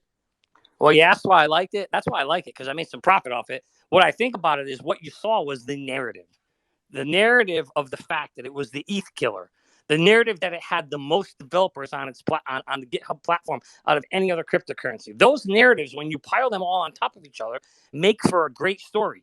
And that's how, the markets, the big boys, whatever you want to call it, drive these coins up. It's all about the narratives. And I told you today in Good Morning Crypto, you're going to hear a shit ton of great narratives about XRP and Ripple. Half of them are going to be fake, just the way a lot of these other ones are. But it ain't going to matter. They're going to sound great. You're in a bull run. Everybody's high on bull run juice. And they're just going to, they're signing up with this. And they're going to start, they're all going to keep buying. They're going to keep buying on leverage, 10x, 20x, and it's going to drive all these things up. And I think the same thing may happen again in the next bull run with Cardano. If it's still labeled the Ethereum killer, right? And it still has, and it still does as of this year, has the highest number of developers in there. Abs, that narrative can still come. They'll just pull that narrative out, shake the dust off it, and I'm just guessing, and respin that narrative back up again. I think you may hear the same narrative again. That one in Solana. However, I think it's valid, though. I don't think it may not be valid, but that validity doesn't mean anything in this market. Validity means nothing when you're in a euphoric market, does it? But what did I say at the beginning of this space is I feel like we're going into the next phase for cryptocurrencies where it's less about speculation, it's less about what your website looks like, and it's actual utility and it's real world partnerships. ISO is coming into effect this November. We already had Swift publicly collaborating with Chainlink. We've got Ripple working with over 30 central banks on developing a central bank digital currency. We go on and on about this stuff happening. We're moving into a new phase for this technology, and now it's not about speculation, it's about utility for the top 50. That's what I really believe. Yeah, I'm not there with you. Sorry, I don't agree. I think we went from a full speculation only market for the past 4 bull runs, 3. This next one is a hybrid, in my opinion. It'll be half, real adoption, because you will have true utility with Bitcoin, because if Bitcoin is really an ETF and they're using it as a store of value, that is considered a utility, and that will be real world utility use. So that narrative piece will be true and real. And then you will have maybe some adoption of this stuff. But I talk about this all the time. Adoption takes many, many, many, many years. We're nowhere near full-blown adoption of this stuff.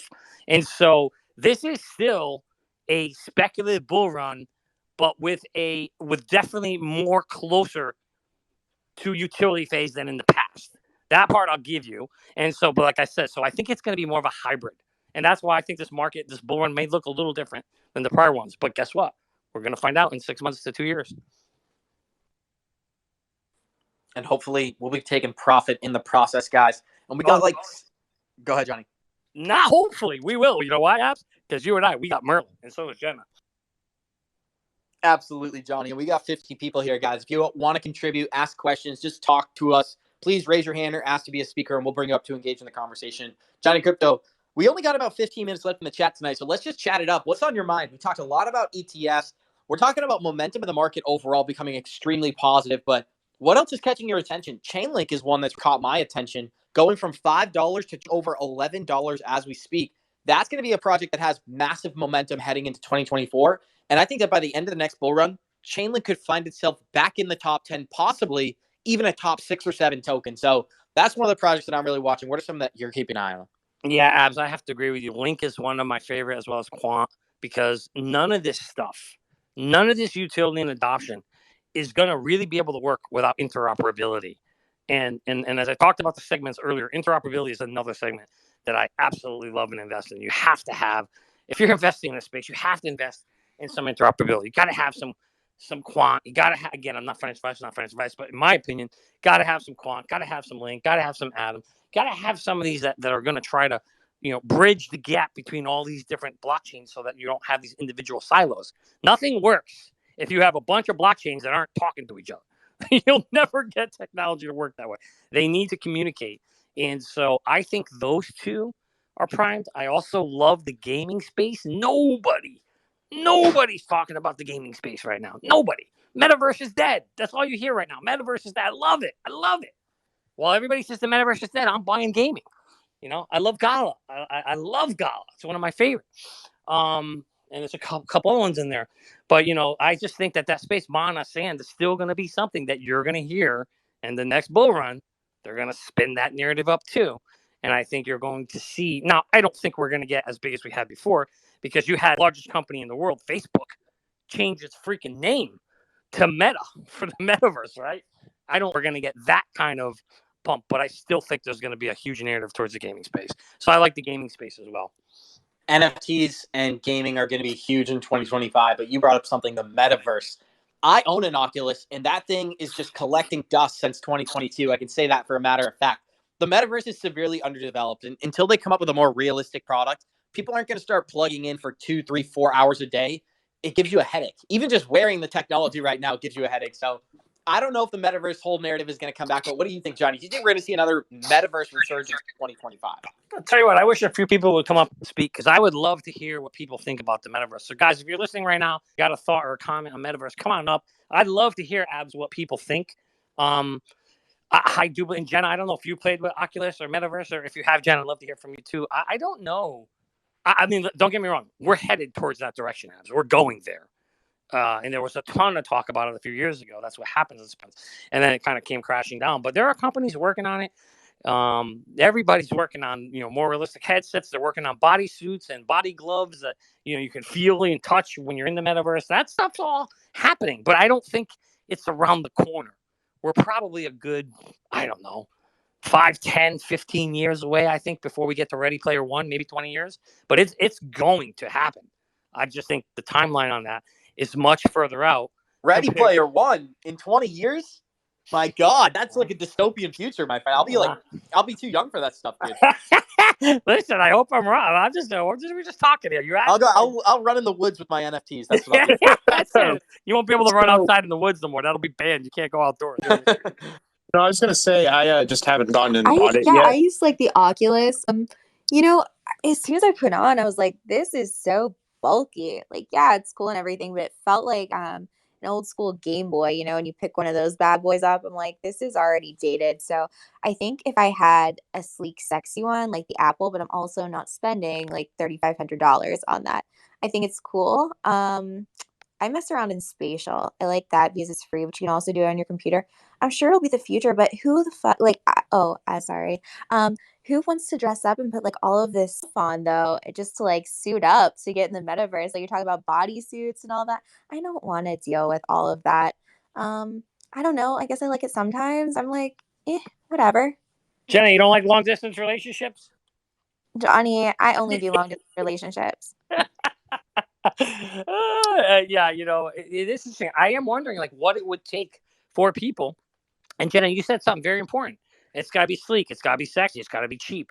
And Abs, I think once they can get the technology down to what Jenna said, that's what enables things to take off. And you said it too. When you wear it, you get a headache, right? They have to solve all those problems. When you can put a headset on or put something on your head that immerses you into a world where you don't get a headache and it looks cool and sexy and sleek and it's cheap, guess what? Ready Player One will be here. All right, well, if we're going to talk about real world utility, there's one thing that I think that could actually apply from the metaverse to today. The way that we're doing Zoom calls right now is extremely 2D. It's extremely limited. I saw the Mark Zuckerberg and Friedman interview they did inside of the metaverse, and what they were on opposite sides of the world, but they were in the metaverse together, their whole body. They had this whole thing connected to their face. You could see every movement in their. And Zuckerberg said, yeah, we're 3 years away from bringing this to the open. And I'm like, okay, when that happens, I think that we're going to see tons of companies because it's not all about retail, right? I think companies are going to start using that technology because if they're using Zoom, this is just the better version. I wanted to hear your thoughts on that. Jenna, and then we'll kick it to Jeremy. I saw that. That was really, really dope. It really blew my mind. And like the other guy like couldn't believe it. He was like putting his hands out, just like, that's really you. Like I can see all of you. But at the same point, I'm like, I hate it when people turn on their cameras on a Zoom call and I'm like, why? There's no need to do this right now. We can all just have our cameras on and be fine and chilling. Like I don't want to be that guy. But no, I get it though too. It's definitely real, especially when you're working with these projects though. I mean, think about it. Everybody in Web3 comes from all different areas of the globe, and you want to make sure that they are a real person there with you, not this scammer who's going to try to be shady and turn their camera off, because God knows there are enough of those people out there. So I can definitely see it having its place. Definitely. Jenna, did you say you want your camera off or your camera on? No, I like my camera off, and like most of the time I don't want to see other people either. I'm like, Gotcha. why are you doing this? Like there's no need. Anti-social tendencies. Jenna's from gonna- Jenna. I can you- am so anti-social. We got to kick this to Jeremy right here because that's the complete opposite. Can you guys hear me? I guess what Zuck created is kind of like, honestly, like teleporting. It's like the closest thing to teleporting. It's like changing the way that we interact with reality, because if I can be in Johnny Crypto's house by putting on a device in my own house, I'm not going to lie, that changes the game. The reason I can't use this stuff right now is the technology limited. If we have the infinite technology that we're on course for, it's going to be hard not to use this stuff. Yeah, let's hear from Jeremy. Jeremy, I know you were trying to get a word in there. Go ahead, Jeremy. Can you guys hear me? Yes. Okay, cool. I just want to make sure. So one, Jenna's would never have meetings with us because I have a mandatory you have to have your camera on rule. So Jenna would hate having meetings with us. Jenna, are you able to hear me too? Yeah, I'm not sure if everybody's able to hear me, but anyways, I'll keep going. I don't think so, because I was having issues as well, Jeremy, until now. I can hear you, Jeremy. Can anybody else hear Jeremy? Can you guys put some hearts up if you can hear me? Okay, Josh started laughing, so I'm assuming Josh can hear me. That's all that matters if Josh hears me, because he's in my meetings and he has to have his camera on. But anyway, so I just wanted to add something to the about the metaverse. So Quest 3 came out and it's been on my to buy list. I just haven't gone in and actually purchased it yet. And so the way that metaverse is going to go, it's going to be through augmented reality, like you saw with Lex Friedman. It's not going to be like an immersive thing. It's going to be like half real life, half virtual reality. And so being able, which has been around for a while, and I always go back to one of my favorite businesses that I own a ridiculous amount of their stock in is Microsoft, is that with Microsoft, they had their HoloLens, and what HoloLens allowed you to do was, let's say you're working on an engine, you could have the specs up of the engine in front of you, or whatever it is that you're working on. If you're, a doctor and you're looking at anatomy, you can have it all in front of you in real time and in like real reality space, not like an enclosed sphere of a virtual world like you have in, say, Quest 2. So the more that we go and the more that it evolves, it's going to be more of this reality space where you're using holographic images in the real world. And I think that that's where it's going to go. And that's going to become way more useful, especially because Mark or Zuckerberg's, one of his main intentions is to get the price, like what Blue Origins and SpaceX done for rocket propulsion and getting reusable rockets so we can, use them multiple times and get that cost down, or like he did, like Elon did with electrical cars and Tesla. Like that's Mark's focus on getting that down so he can get it in front of everybody's hands, which makes sense because he idolizes Bill Gates, and Bill Gates's goal was to get a PC in every house in America and every office in America. And so his goal is to get virtual reality into every single house. So I think that as Meta gets that price down and people start seeing the functionality from not only where you're engulfed in the virtual world and it's in like, augmented reality in front of you, and you can like have a desk in front of you, you can have like a map in front of you, you can have, multiple screens in front of you while you still see your room like it's in your room. That's where it's headed. This is what's interesting, Jeremy, right? Because what is the World Economic Forum's agenda going forward? You'll own nothing and be happy. You're not going to have a car. You're not going to have a house, but you will have a small room with a computer. And if you think you can make the augmented reality appear to be a beautiful mansion with an outdoor facility, even though you're stuck in your small room, it's kind of a solution to the problem in a lot of ways. So it all comes together, guys. But I want to hear from Johnny as well. Yeah, you kind of summed it up. You summed it up perfectly, right? Put you in this tiny little room. Get in your small room. Put your small room. That's right. Get in your small room, and oh, by the way, put your goggles on, and then you're in this beautiful new world. And oh, by the way, you can go to McDonald's and you can order food, and it'll come there. And then when you're in there, they actually have the masks now too, the headsets where they got the smells and the sounds, and you can actually smell the food while you're eating it. It's gonna be really, really. Yeah, you're right. It is dystopian, but I guess it certainly is a possibility. The good news is I think it's at least 20 or 30 years away. So, I don't know. I'll Johnny, this is a crypto podcast, right? We're talking about the crypto market. So let's talk about how we can profit off the world domination of this technology, right? If they're going to trap you in a room, you're going to need a currency to trade from your. And this is where I want to ask a serious question. Do you think any of these, I guess, currencies for the metaverse, like Mana or Sand or even Gala in some aspects, do you see any of these having potential? Because I know they have value. Like, remember, Mana was trading for $10,000 each plot of land during 2021. $10,000. So there was some real money putting real value into blockchain.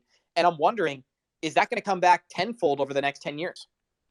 $10,000. What lands were you? You must have been in like the poor neighborhoods. I saw some lands. You're right. That was a bad example. Yeah, you were like in a bulletproof field where you got to wear I was bulletproof. like, remember when block we could buy a one space and block for like 30 grand was the minimum? Yeah, exactly. Yep. It was like $3 million for primetime space, and in Mana, it was like $1 million. If you wanted to live next to Snoop Dogg's property, I think it was like $1 million. $1 million or something like that. Yeah. I mean, if you ask, will we see those days again? I mean, at some point, I guess if there becomes a certain metaverse that kind of takes off, and I kind of think Facebook or Meta will be in the position to probably lead. I think you can potentially see if the whole world is playing on or living in, I should say, not playing, but living in this space, and it's dominated by one or two platforms, which I don't think that'll be the case. I think there'll be multiple, and there'll be interoperability to merge them all together. But yeah, I think you will see crazy prices because company. You know why? Oh, John, can I add when you're done? Yeah, please go ahead, Jeremy. No, I'm good. I was going to say, I think it all has to do with so one of the things that I go back with is that the United States at one point in time, every city and state had a currency. Like, we didn't have a currency that existed inside, like, as a national currency. And so I don't remember the year that happened. Maybe Johnny knows about it from when he was a kid back in the 1800s. And so the point is that when we look at those economies, it depends on how vast that economy gets. And that's why Gala is one of my favorites, is because they're building their own economy, and that's like its own state, and it becomes its own ecosystem, which causes that coin to go up relative to the ecosystems around it. Just like when cities and states would, barter in their different currencies, and then some would be super high, some would be super low, and then we decided to make a national currency for that specific, problem. And so I think that we will see those numbers again as we go, but it's going to be a lot less, just like as Johnny always talks about when the situation with the internet bubble, right? Only a few made it out. So we'll have some of those ones that have these amazing ecosystems that probably skyrocket. The other ones continue to fall, and then you're left with a few that are just really strong ecosystems. Yes, exactly. They're going to weed them. They're going to weed each other out, or the big ones will rise to the top, Jeremy. And then I think it's very, very possible that you'll see. And so here's the thing: everybody's going to be fighting for and trying to figure out which one is going to be the winning metaverse apps, and that's where there'll be a lot of big battling and fighting back until one or two become prominent. But if I had a bet, I'd be betting on companies like Microsoft and whatever Microsoft, Samsung, Google, and Meta are working on. Those are where I'm putting. Yeah, I would agree. I would agree, Jeremy? As well. Yeah. I think I don't know. I know that I'm personally, and this is my personal opinion, super bullish on Gala. There are some things that they do that I don't 100% agree with certain no's that they come out with, but I share my opinions with people. But as far as the overall ecosystem that they're building, I think that will continue.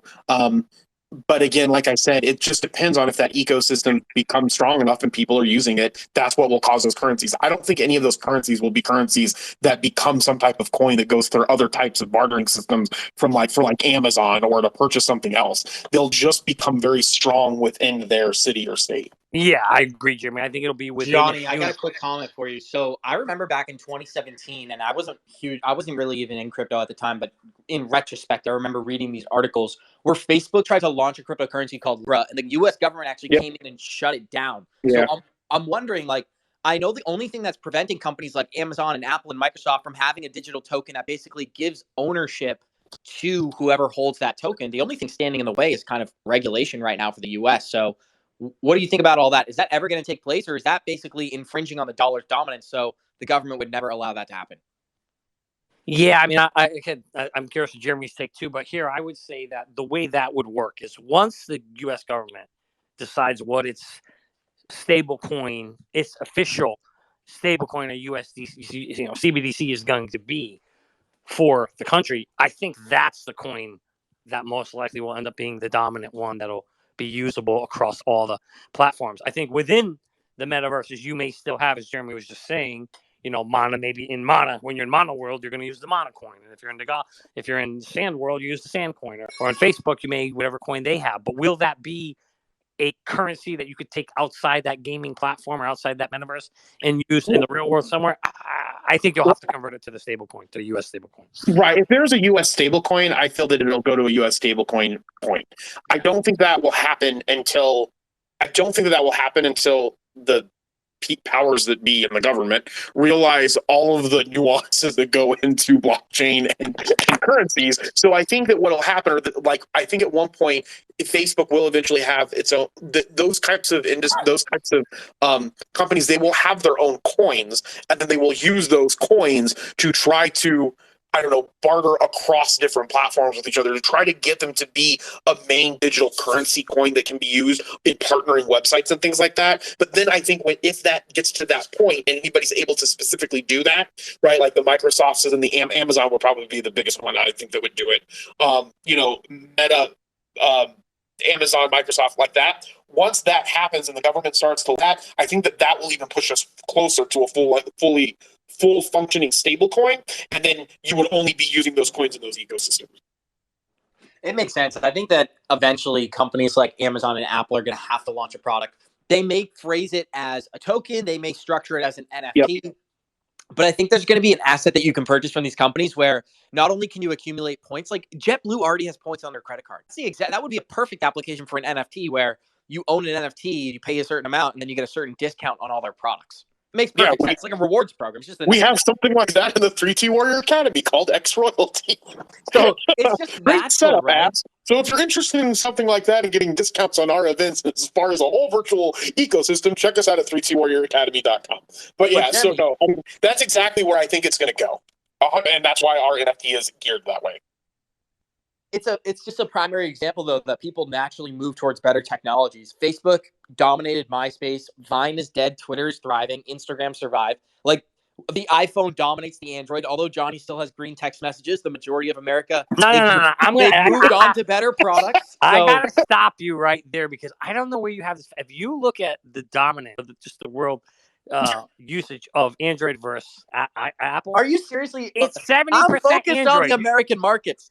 It's 70% Android in the world, just so you know. I'm hands 100% down Android, so we don't have to. I mean, I have the stupid iPod Touch for some reason.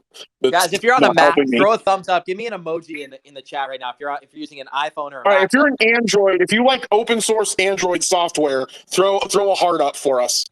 There we go. I got one heart. Okay, if you're on an iPhone, or iOS, throw a heart up. If you don't know how to use the heart, don't do anything. Yeah, put a heart up if you don't know how to use the heart. But on a more serious note, guys, let's close it out. We got like 10 minutes left here. What do you want to talk about, Johnny Crypto? We got an exciting guest coming on Good Morning Crypto tomorrow. Kevin Cage is going to be joining us. We also just found out, for anybody, we do Good Morning Crypto at the 3T Warrior Academy, in case you're unaware. That is Monday through Friday, 11 a.m. Eastern. And we have some huge guests. Over the next couple, we're going to be having Kevin Cage, Quincy Jones, Tony Edward, Mark Yusko. So many people, a couple of them are slipping my mind. So A-listers coming on the show, Johnny. What's on your mind tonight? And for me, Abs, I think one of the things I like as we close this thing out, I want to give like a little tool to anybody who's here that maybe is a Merlin user. One of the things we get asked all the time is, did I lose you, Abs? No, you're coming in clear. No, we can hear you, Johnny. I know sometimes the phone goes. Okay. One of the things we get asked all the time is, hey, Johnny, is Merlin an app? And when I try to tell everybody, Merlin is a web app, not a mobile app. And what that means is we've designed it as a responsive app, which means it works like a mobile app. whether it's on your phone or on your iPad or on your tablet or on your desktop, it'll shrink or adjust or expand depending on the device you're using. So on a phone, it looks just like an app. The only difference is you don't have an icon to click and open it. But there's a very simple 3-step process we have that you can add Merlin to your phone just by, if you're on an iPhone, you have to use Safari. You just go to merlincrypto.com, create your account there, add it to your home screen, and boom, it actually adds an icon on your phone. And now it's just like an app.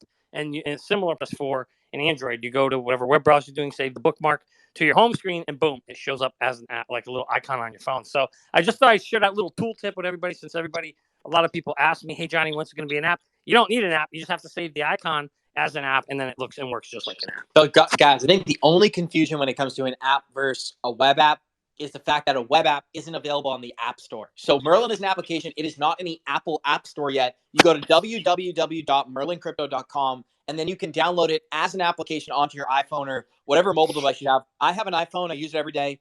The Merlin, it sits just like any other app on my home screen, easily accessible. So wanted to throw that in there. And here's the beautiful thing. You just, like you said, you don't download it. You literally just go to a web, you type in our address, and you create the account right there on your phone, and then you save it as a bookmark to your home screen. And that's it. Boom, done. Nothing to download, no app. You don't have to do add another thing to your phone. Literally just go to the website and add it. So it's really, really cool and simple apps. And we've done it that way for many reasons. Also, let me throw this out here, John. I believe we're going to have a bunch of tutorials. If not, I'm the guy who makes those tutorials. I'll be sure to create one specifically about that. So yes, in fact, we do have a step-by-step process. When you're in Merlin, we have a help center in the right-hand corner. You just click on that, and you click how to add Merlin to my iPhone or how to add Merlin to my Android, and it shows you a short 3-step thing on how to do it. So very easy. But yes, we will have you do that. And by the way, guys, we also have some cool videos and tutorials that I think we're launching next week, is it? And I believe we have our man Chris in the house here. But yeah, be on the lookout for that as well if you're looking to get a feel for how Merlin works. And the story of how it came about and some frequently asked questions. We have a 5-series tutorial coming out next week. 5-part, not 5 series. But guys, I want to ask a serious question. Chris does all the media stuff in the background, and Chris said I lost street cred because I thought Mana was 10K. So I want to ask Jeremy, do you my street cred? You still have the street cred, friend, even though I think back in 2017, when you got into crypto, you were like, what, 15 years old or something? Back in 1964, when Johnny was walking into the banks, it was a different time. 1700s, when Johnny was working with freaking Alexander Hamilton. Let me tell you, those are some smart guys back then too. I wish we could bring a few of them back. Let me tell you. But well, guys, if I would love to hear if anybody's got any if anybody, I know we're about to wrap this up. I have some thoughts after you're done, Johnny. I was just gonna say, if anybody here, is using Merlin and trying, I'd love to hear your stories or what you found helpful. If you're using it, come on up and tell us your experience. If you aren't using it, I would encourage you, free 30 days. Just go click on the link below, www.merlincrypto.com. Get yourself ready for the incoming bull run that's going to happen. We put the tool out there. Now it's just up to you to go try it out and let us know what you think. Yeah, and I just wanted to add, if you need help with anything inside of Merlin, one of the things that sets us apart is our customer service. So we have a chat box that's available for you. We'll get back with you in the chat box within 24 hours. We also have a phone call with open hours where you can talk to one of our customer support representatives, one of our customer support representatives to help you with the functionality of the app, make sure that you're finding articles to learn how to do what you need to do. Not only do we have that 5-part mini series coming out next week, it will be available on our YouTube channel. We also have this specific X Spaces is now a podcast. After these are done, you can find it wherever you get your podcast. Type in Merlin Market Update, and it'll come up. We're available on Spotify. So that's one of the other cool things about being a part of the conversation. You get to get your voice out and get to get your thoughts out there to many, many more people as well, not just here on the X app, because we are across all podcast platforms except for Apple. Right now, we're still a distribution of Apple due to their 2FA authentication, which is one of the reasons why I dislike them. And Android is better, and that's towards abs. And then the other thing is the other thing that's on there as well is we have our other how-to videos. And then make sure to follow us on Instagram, LinkedIn, and all social media platforms, because like Abs says, as we roll out new features, as we make sure that we're answering areas that you're not able to have access or that maybe you don't understand, Abs will be doing a lot of short clips to learn how to do those, and then we'll have longer form things in articles inside of the app and then on YouTube as well. So back to you, Abs. Thank you, Jeremy. And there's a lot of exciting stuff. I want to close this out with a pretty funny story, Johnny Crypto. So We only got 5 minutes left. I wish there was a way on Twitter that I could say, like, smash that like button, get more people in here. Maybe somebody who's a listener can comment, like, what are we supposed to do to get more engagement on Twitter during these things? But Johnny, one of the questions that I have is, or one of the funny stories that I have for you is a man who got the opportunity to have a $10,000 free Bitcoin gift and down in 2011. Max Kaiser gave this man some personal financial advice and told him that Bitcoin was going to be a global reserve currency back in 2011, and then handed him a laptop with a Bitcoin code of over 10,000 Bitcoins sitting on that laptop. That would be worth over $305 million today. And guess what? I think Jeremy's going to like this detail. The man that I'm talking about is Alex Jones. So Alex Jones turned down 10,000 Bitcoin in 2011. What do you think about that whole story? I'm glad that it happened to Alex Jones. Why am I not surprised Jeremy would say that? Oh, man, I'll tell you what. That kind of reminds me of the story that I think the guy who bought what did he buy the pizza? He bought a couple pizzas for 220 Bitcoin or something. Yeah. So it's one of those things where, listen, I get it. Back in 2011, Bitcoin was, I don't know, 50 cents or $1. I remember a couple of my partners when we were building Roto Derby, they came out and they were like, hey, we should get some computers that mine Bitcoin. This was 2015. And we got to give it some thought. We're like, we got to get this website up and running. And we put our effort into that. But boy, man, if we had decided to do the Bitcoin apps, well, I probably wouldn't know you. So it's probably a good thing that we didn't. But, so we all make those stupid decisions when it's something that has so uncertainty to it. It's so easy to look at something 10 years later, 20 years later and say, oh, I should have done this. I should have done that. And the beautiful thing about what we're all doing here, everybody in this spaces right now, and everybody in the academy, and everybody that watches GMC, right? All those folks know they are here early. You are finally in something that most people don't understand, and it's still early. And that's exciting. We're almost in one of those early phases where you're in something that's going to take off so big, you can't even imagine how big it's going to be yet. And man, when this thing gets done, I can't wait to see what our lives all look like in 2026, 2027 and beyond, when I really think we're going to see a lot of big things happening in this space now that the big boys have decided. They've made the heel turn, Abs. Yep. They are now the good guy is now the good guy. And we're at the beginning of seeing that. And we haven't even seen the good guy run yet. And oh boy, it's going to be exciting, baby. Hey, Johnny. Thank you. Real quick, I just want to add. I just noticed we do have a comment, a question in the chat. And I don't think that we answered this, but we started talking about interoperability. And Akbar Shakur, I'm not sure if you're still here, but here's your question: what's going to be the main company creating an interoperable environment? Some say Quaint, some say Chainlink. Can you guys discuss the difference between those two? And then after that, I brought Jack No Yes up, and we'll open the floor to him to ask a question, and then we can close out. Yeah, so pretty simple. They have similar missions, but different technology, right? So Quant is an aggregate working with like the Digital Pound Foundation and the Bank of England. And what they're doing is they're tapping into the existing banking system and uploading that data onto the blockchain. So that's why they call it an aggregate. You can take Quant and connect it to any system today. Doesn't matter what central bank. And it will take their data, their money, their value, and seamlessly incorporate it onto their blockchain. What Chainlink is doing is something a little bit different. They're focused more on the interoperability aspect, where maybe you need to upgrade your system, kind of like if you're going to use the XR. If you're going to use Chainlink, it may not be a seamless switch for Swift, and that's kind of a tongue twister there. But you'll be able to use the technology to communicate with banks. So basically focusing on that interoperability layer, whereas Quant Network is plugging into the traditional assets and uploading that data onto the blockchain. That's my understanding. Johnny, how about you? Yeah, you're pretty much spot on, Abs. It's basically two different ways to skin a cat. They're both in a way trying to bridge all the cryptocurrencies together. They just do it in two different ways. And the reason why I frankly like the Quant version is obviously because they have very good relationships with central banks. However, the reason why I like Link is they've actually partnered with the king of the hill. I mean, they partnered with Swift. I mean, Swift is the messaging system that the whole entire central bank world cross-border payment solution runs on. And Swift is what XRP is trying to basically replace. And Swift is saying, no, we're not going down without a fight. Like, yeah, XRP, Ripple, you're way ahead of us. Your ledger will wipe us out. But what we're going to do, because we're not going to create it, we're not developing. They went and partnered with Link and their CCIP system, and it kind of lets them stay relevant and play in this space. So you're going to see an ensuing coming battle and fight for this space. We talked about this earlier tonight, Abs. Which technology is going to win? Well, here's what you got. So you got Swift, part of Link, to go against Ripple, and in terms of the cross-border payment solution, I should say. And so you've got an old technology partnering with a new technology versus a technology that's specifically designed to obsolete it in Ripple. So it's going to be very, very interesting to see how this thing plays out over the next 3, 4, 5, who really wins. And I know everybody thinks Ripple's going to win it, but I think it's going to be it's going to be hard to knock the champion off the hill. So let's see what happens. Very, very interesting. Yeah, thank you, Johnny. And we do have one speaker. We got to close this out soon, but Jack, I wanted to give you the floor to ask or share whatever your thought is, and then we will close it up after this. So, Jack, take it away, sir.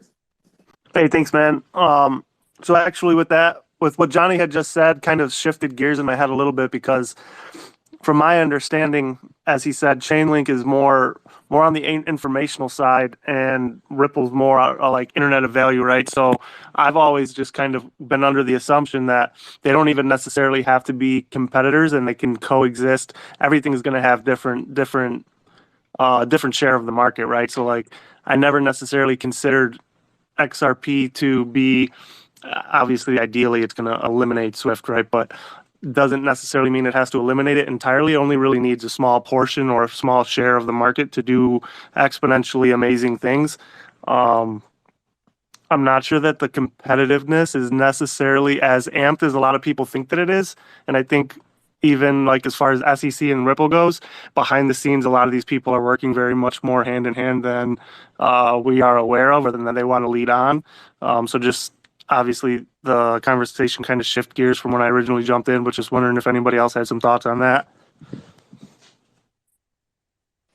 Yeah, Jack, I don't actually disagree with you that much. I actually do believe that there's a lot of friendships going on in the backgrounds that we're not privy to that's happening there. And I do believe that there will be a system that coexists together. I've been saying that in GMC forever. I don't think there'll be any one system that rules it all. And it is possible that, maybe there's an integration of both systems, although you don't see Ripple and Swift working together, which is what I would have really liked to have seen, a partnership announcement and those guys working together on that, or even behind the scenes doing a test. But it's not inconceivable that, maybe someday it's, Ripple ends up managing the rails of the transfer of the Nostro accounts, and then Swift and the Link handles the messaging. Who knows? I mean, the layers could possibly be built and share on top of it. So we'll have to wait and see what that whole system is going to look like. There's so many moving pieces to it, and I think the engineers who are working on it are trying to figure out exactly what needs to be. And that's why I say that I don't think the adoption of this thing is as close as many people think, like this year and next year. I think we're talking several more years before you can get a whole entire system in the whole globe working on one system. I think we're many, many years away from that. That's just my 8 cents. But thank you for your question. Yeah, absolutely. I think you're very on base with what I'm thinking too. And I've always said, don't get me wrong, I would love for it to happen tomorrow. I don't know that I'm exactly positioned if it were to happen tomorrow, but I'd be satisfied with where I am. But I definitely, more so than anything, I'm looking forward to a couple more years to accumulate and get into some other projects that weren't originally on my radar. Yeah, well, unfortunately, there may not be that much time before the next run. Hey, Jack, let me ask you, do you have an exit plan? Did you get a chance to try out Merlin yet or no? So I have a rough exit plan. Basically, I think like probably 20 to 30% of my bags are gonna be accounted for in this next run. The rest will be long-term holds that I'm just holding basically probably forever. Obviously those 20 to 30% will be reinvested and redispersed through as the market cycle and stuff like that. I'm not exactly sure. What did you say? If I had some check out, what did you say, Merlin? Yeah, I don't know if you've, I don't know how long you've been in the chat. We developed an app that helps you track all your crypto and bring it all in one space into one app where you can see all your coins on all the different exchanges you have.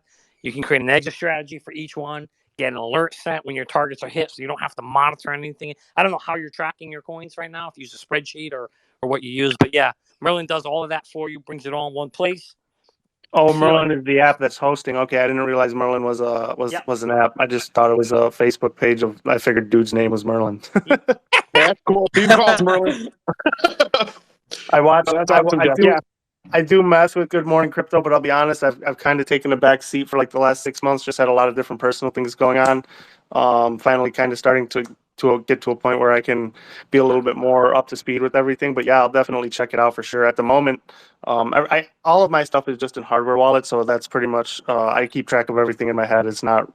I'm not majorly diversified because I don't have massive amount of funds in. Yep. Pretty substantial holdings in a couple different projects, but it's pretty easy to track. Yeah, cool. That's good. Well, thank you so much, Thank Jack. you, Jack. We appreciate you. Oh, sorry, Abs. Go ahead, Abs. I was going to say thank you, Jack. We appreciate you for watching the show. And hey, better late than never, but never late is better, like they say. So we appreciate you, bro. And whenever you decide to come back, we'll be there. Yeah, absolutely. Thanks for letting me up to speak, guys. Anytime, dude. And Jeremy, I'm going to kick it straight back to you. Johnny, do you have any closing statements for tonight? I just want to thank everybody for coming out tonight and hanging out. I hope this was helpful. I hope you learned something. If you learned one new thing tonight, great. Then we did our job, and that's what we want to do is improve lives no matter how we do that. So hopefully you can all walk away with something new. I would encourage, if you're still here, if you haven't followed all the people who spoke tonight, go in there and give us a follow so we can stay in touch with us and we can follow back. And thank you again. If you haven't tried Merlin, I'd ask you all to give it a shot. 30 days free. Click on the link below. If you have tried it, thank you very much for trying that as well. But more importantly, just make sure, no matter what you do, you have an exit plan and you're ready and prepared for the upcoming bull run that's happening. Thank you, everybody. All right. Thank you all for tuning into this Merlin market update. Call, Uphold, and Ripple News. Have an exit plan. Prepare for the bull run 2025. We hope that you enjoyed it. Once again, my name is Jeremy Quintanilla. I am the Chief Finance and Operations Officer for Merlin and one of its co-founders. You can find me on all social media platforms at Age of Jeremy. Again, your amazing, beautiful host this evening is Abs, Merlin Senior Engagement Specialist, and he is also the host of the popular Good Morning Crypto Show. The Good Morning Crypto Show comes to you Monday through Friday at 11 a.m. Eastern from the 3T Warrior Academy YouTube page. You can follow Abs right here on X at 3TGMC Crypto. And again, these spaces are brought to you by Merlin, the smartest way to track your crypto. Track your coins across wallets and exchanges in one simple, secure web app. Sign up now at merlincrypto.com to get 30 days free. Please follow Merlin here on the X app. You can also follow us on LinkedIn at Get Merlin Crypto, on Instagram and Threads at Merlin_crypto, and on YouTube at Merlin Crypto. Again, here on Merlin X Spaces, we enjoy debate, but we appreciate you keeping it family friendly and always being respectful. We want these to be an inclusive atmosphere. The views and opinions expressed in this program are those of the speakers and do not necessarily reflect the views or positions of any entities they represent. And I wish you all a good night, and we will see you in a few weeks, I believe. If not, make sure to follow us here on X, and you'll know when we'll be doing these spaces next time. Talk to you soon. Don't trip by the dip. Good night, everybody. Warriors rise. Get your shit together, baby. Let's go. Johnny, go.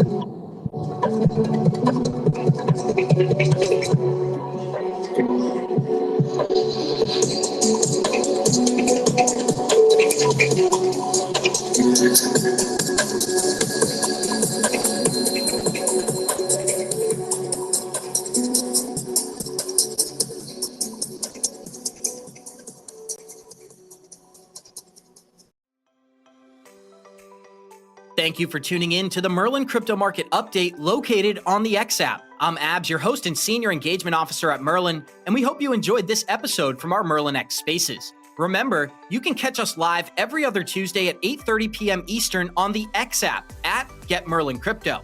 If you want to take your crypto tracking to the next level, don't miss out on our free 30-day trial at merlincrypto.com. Thanks again for listening, and we'll catch you in the next episode.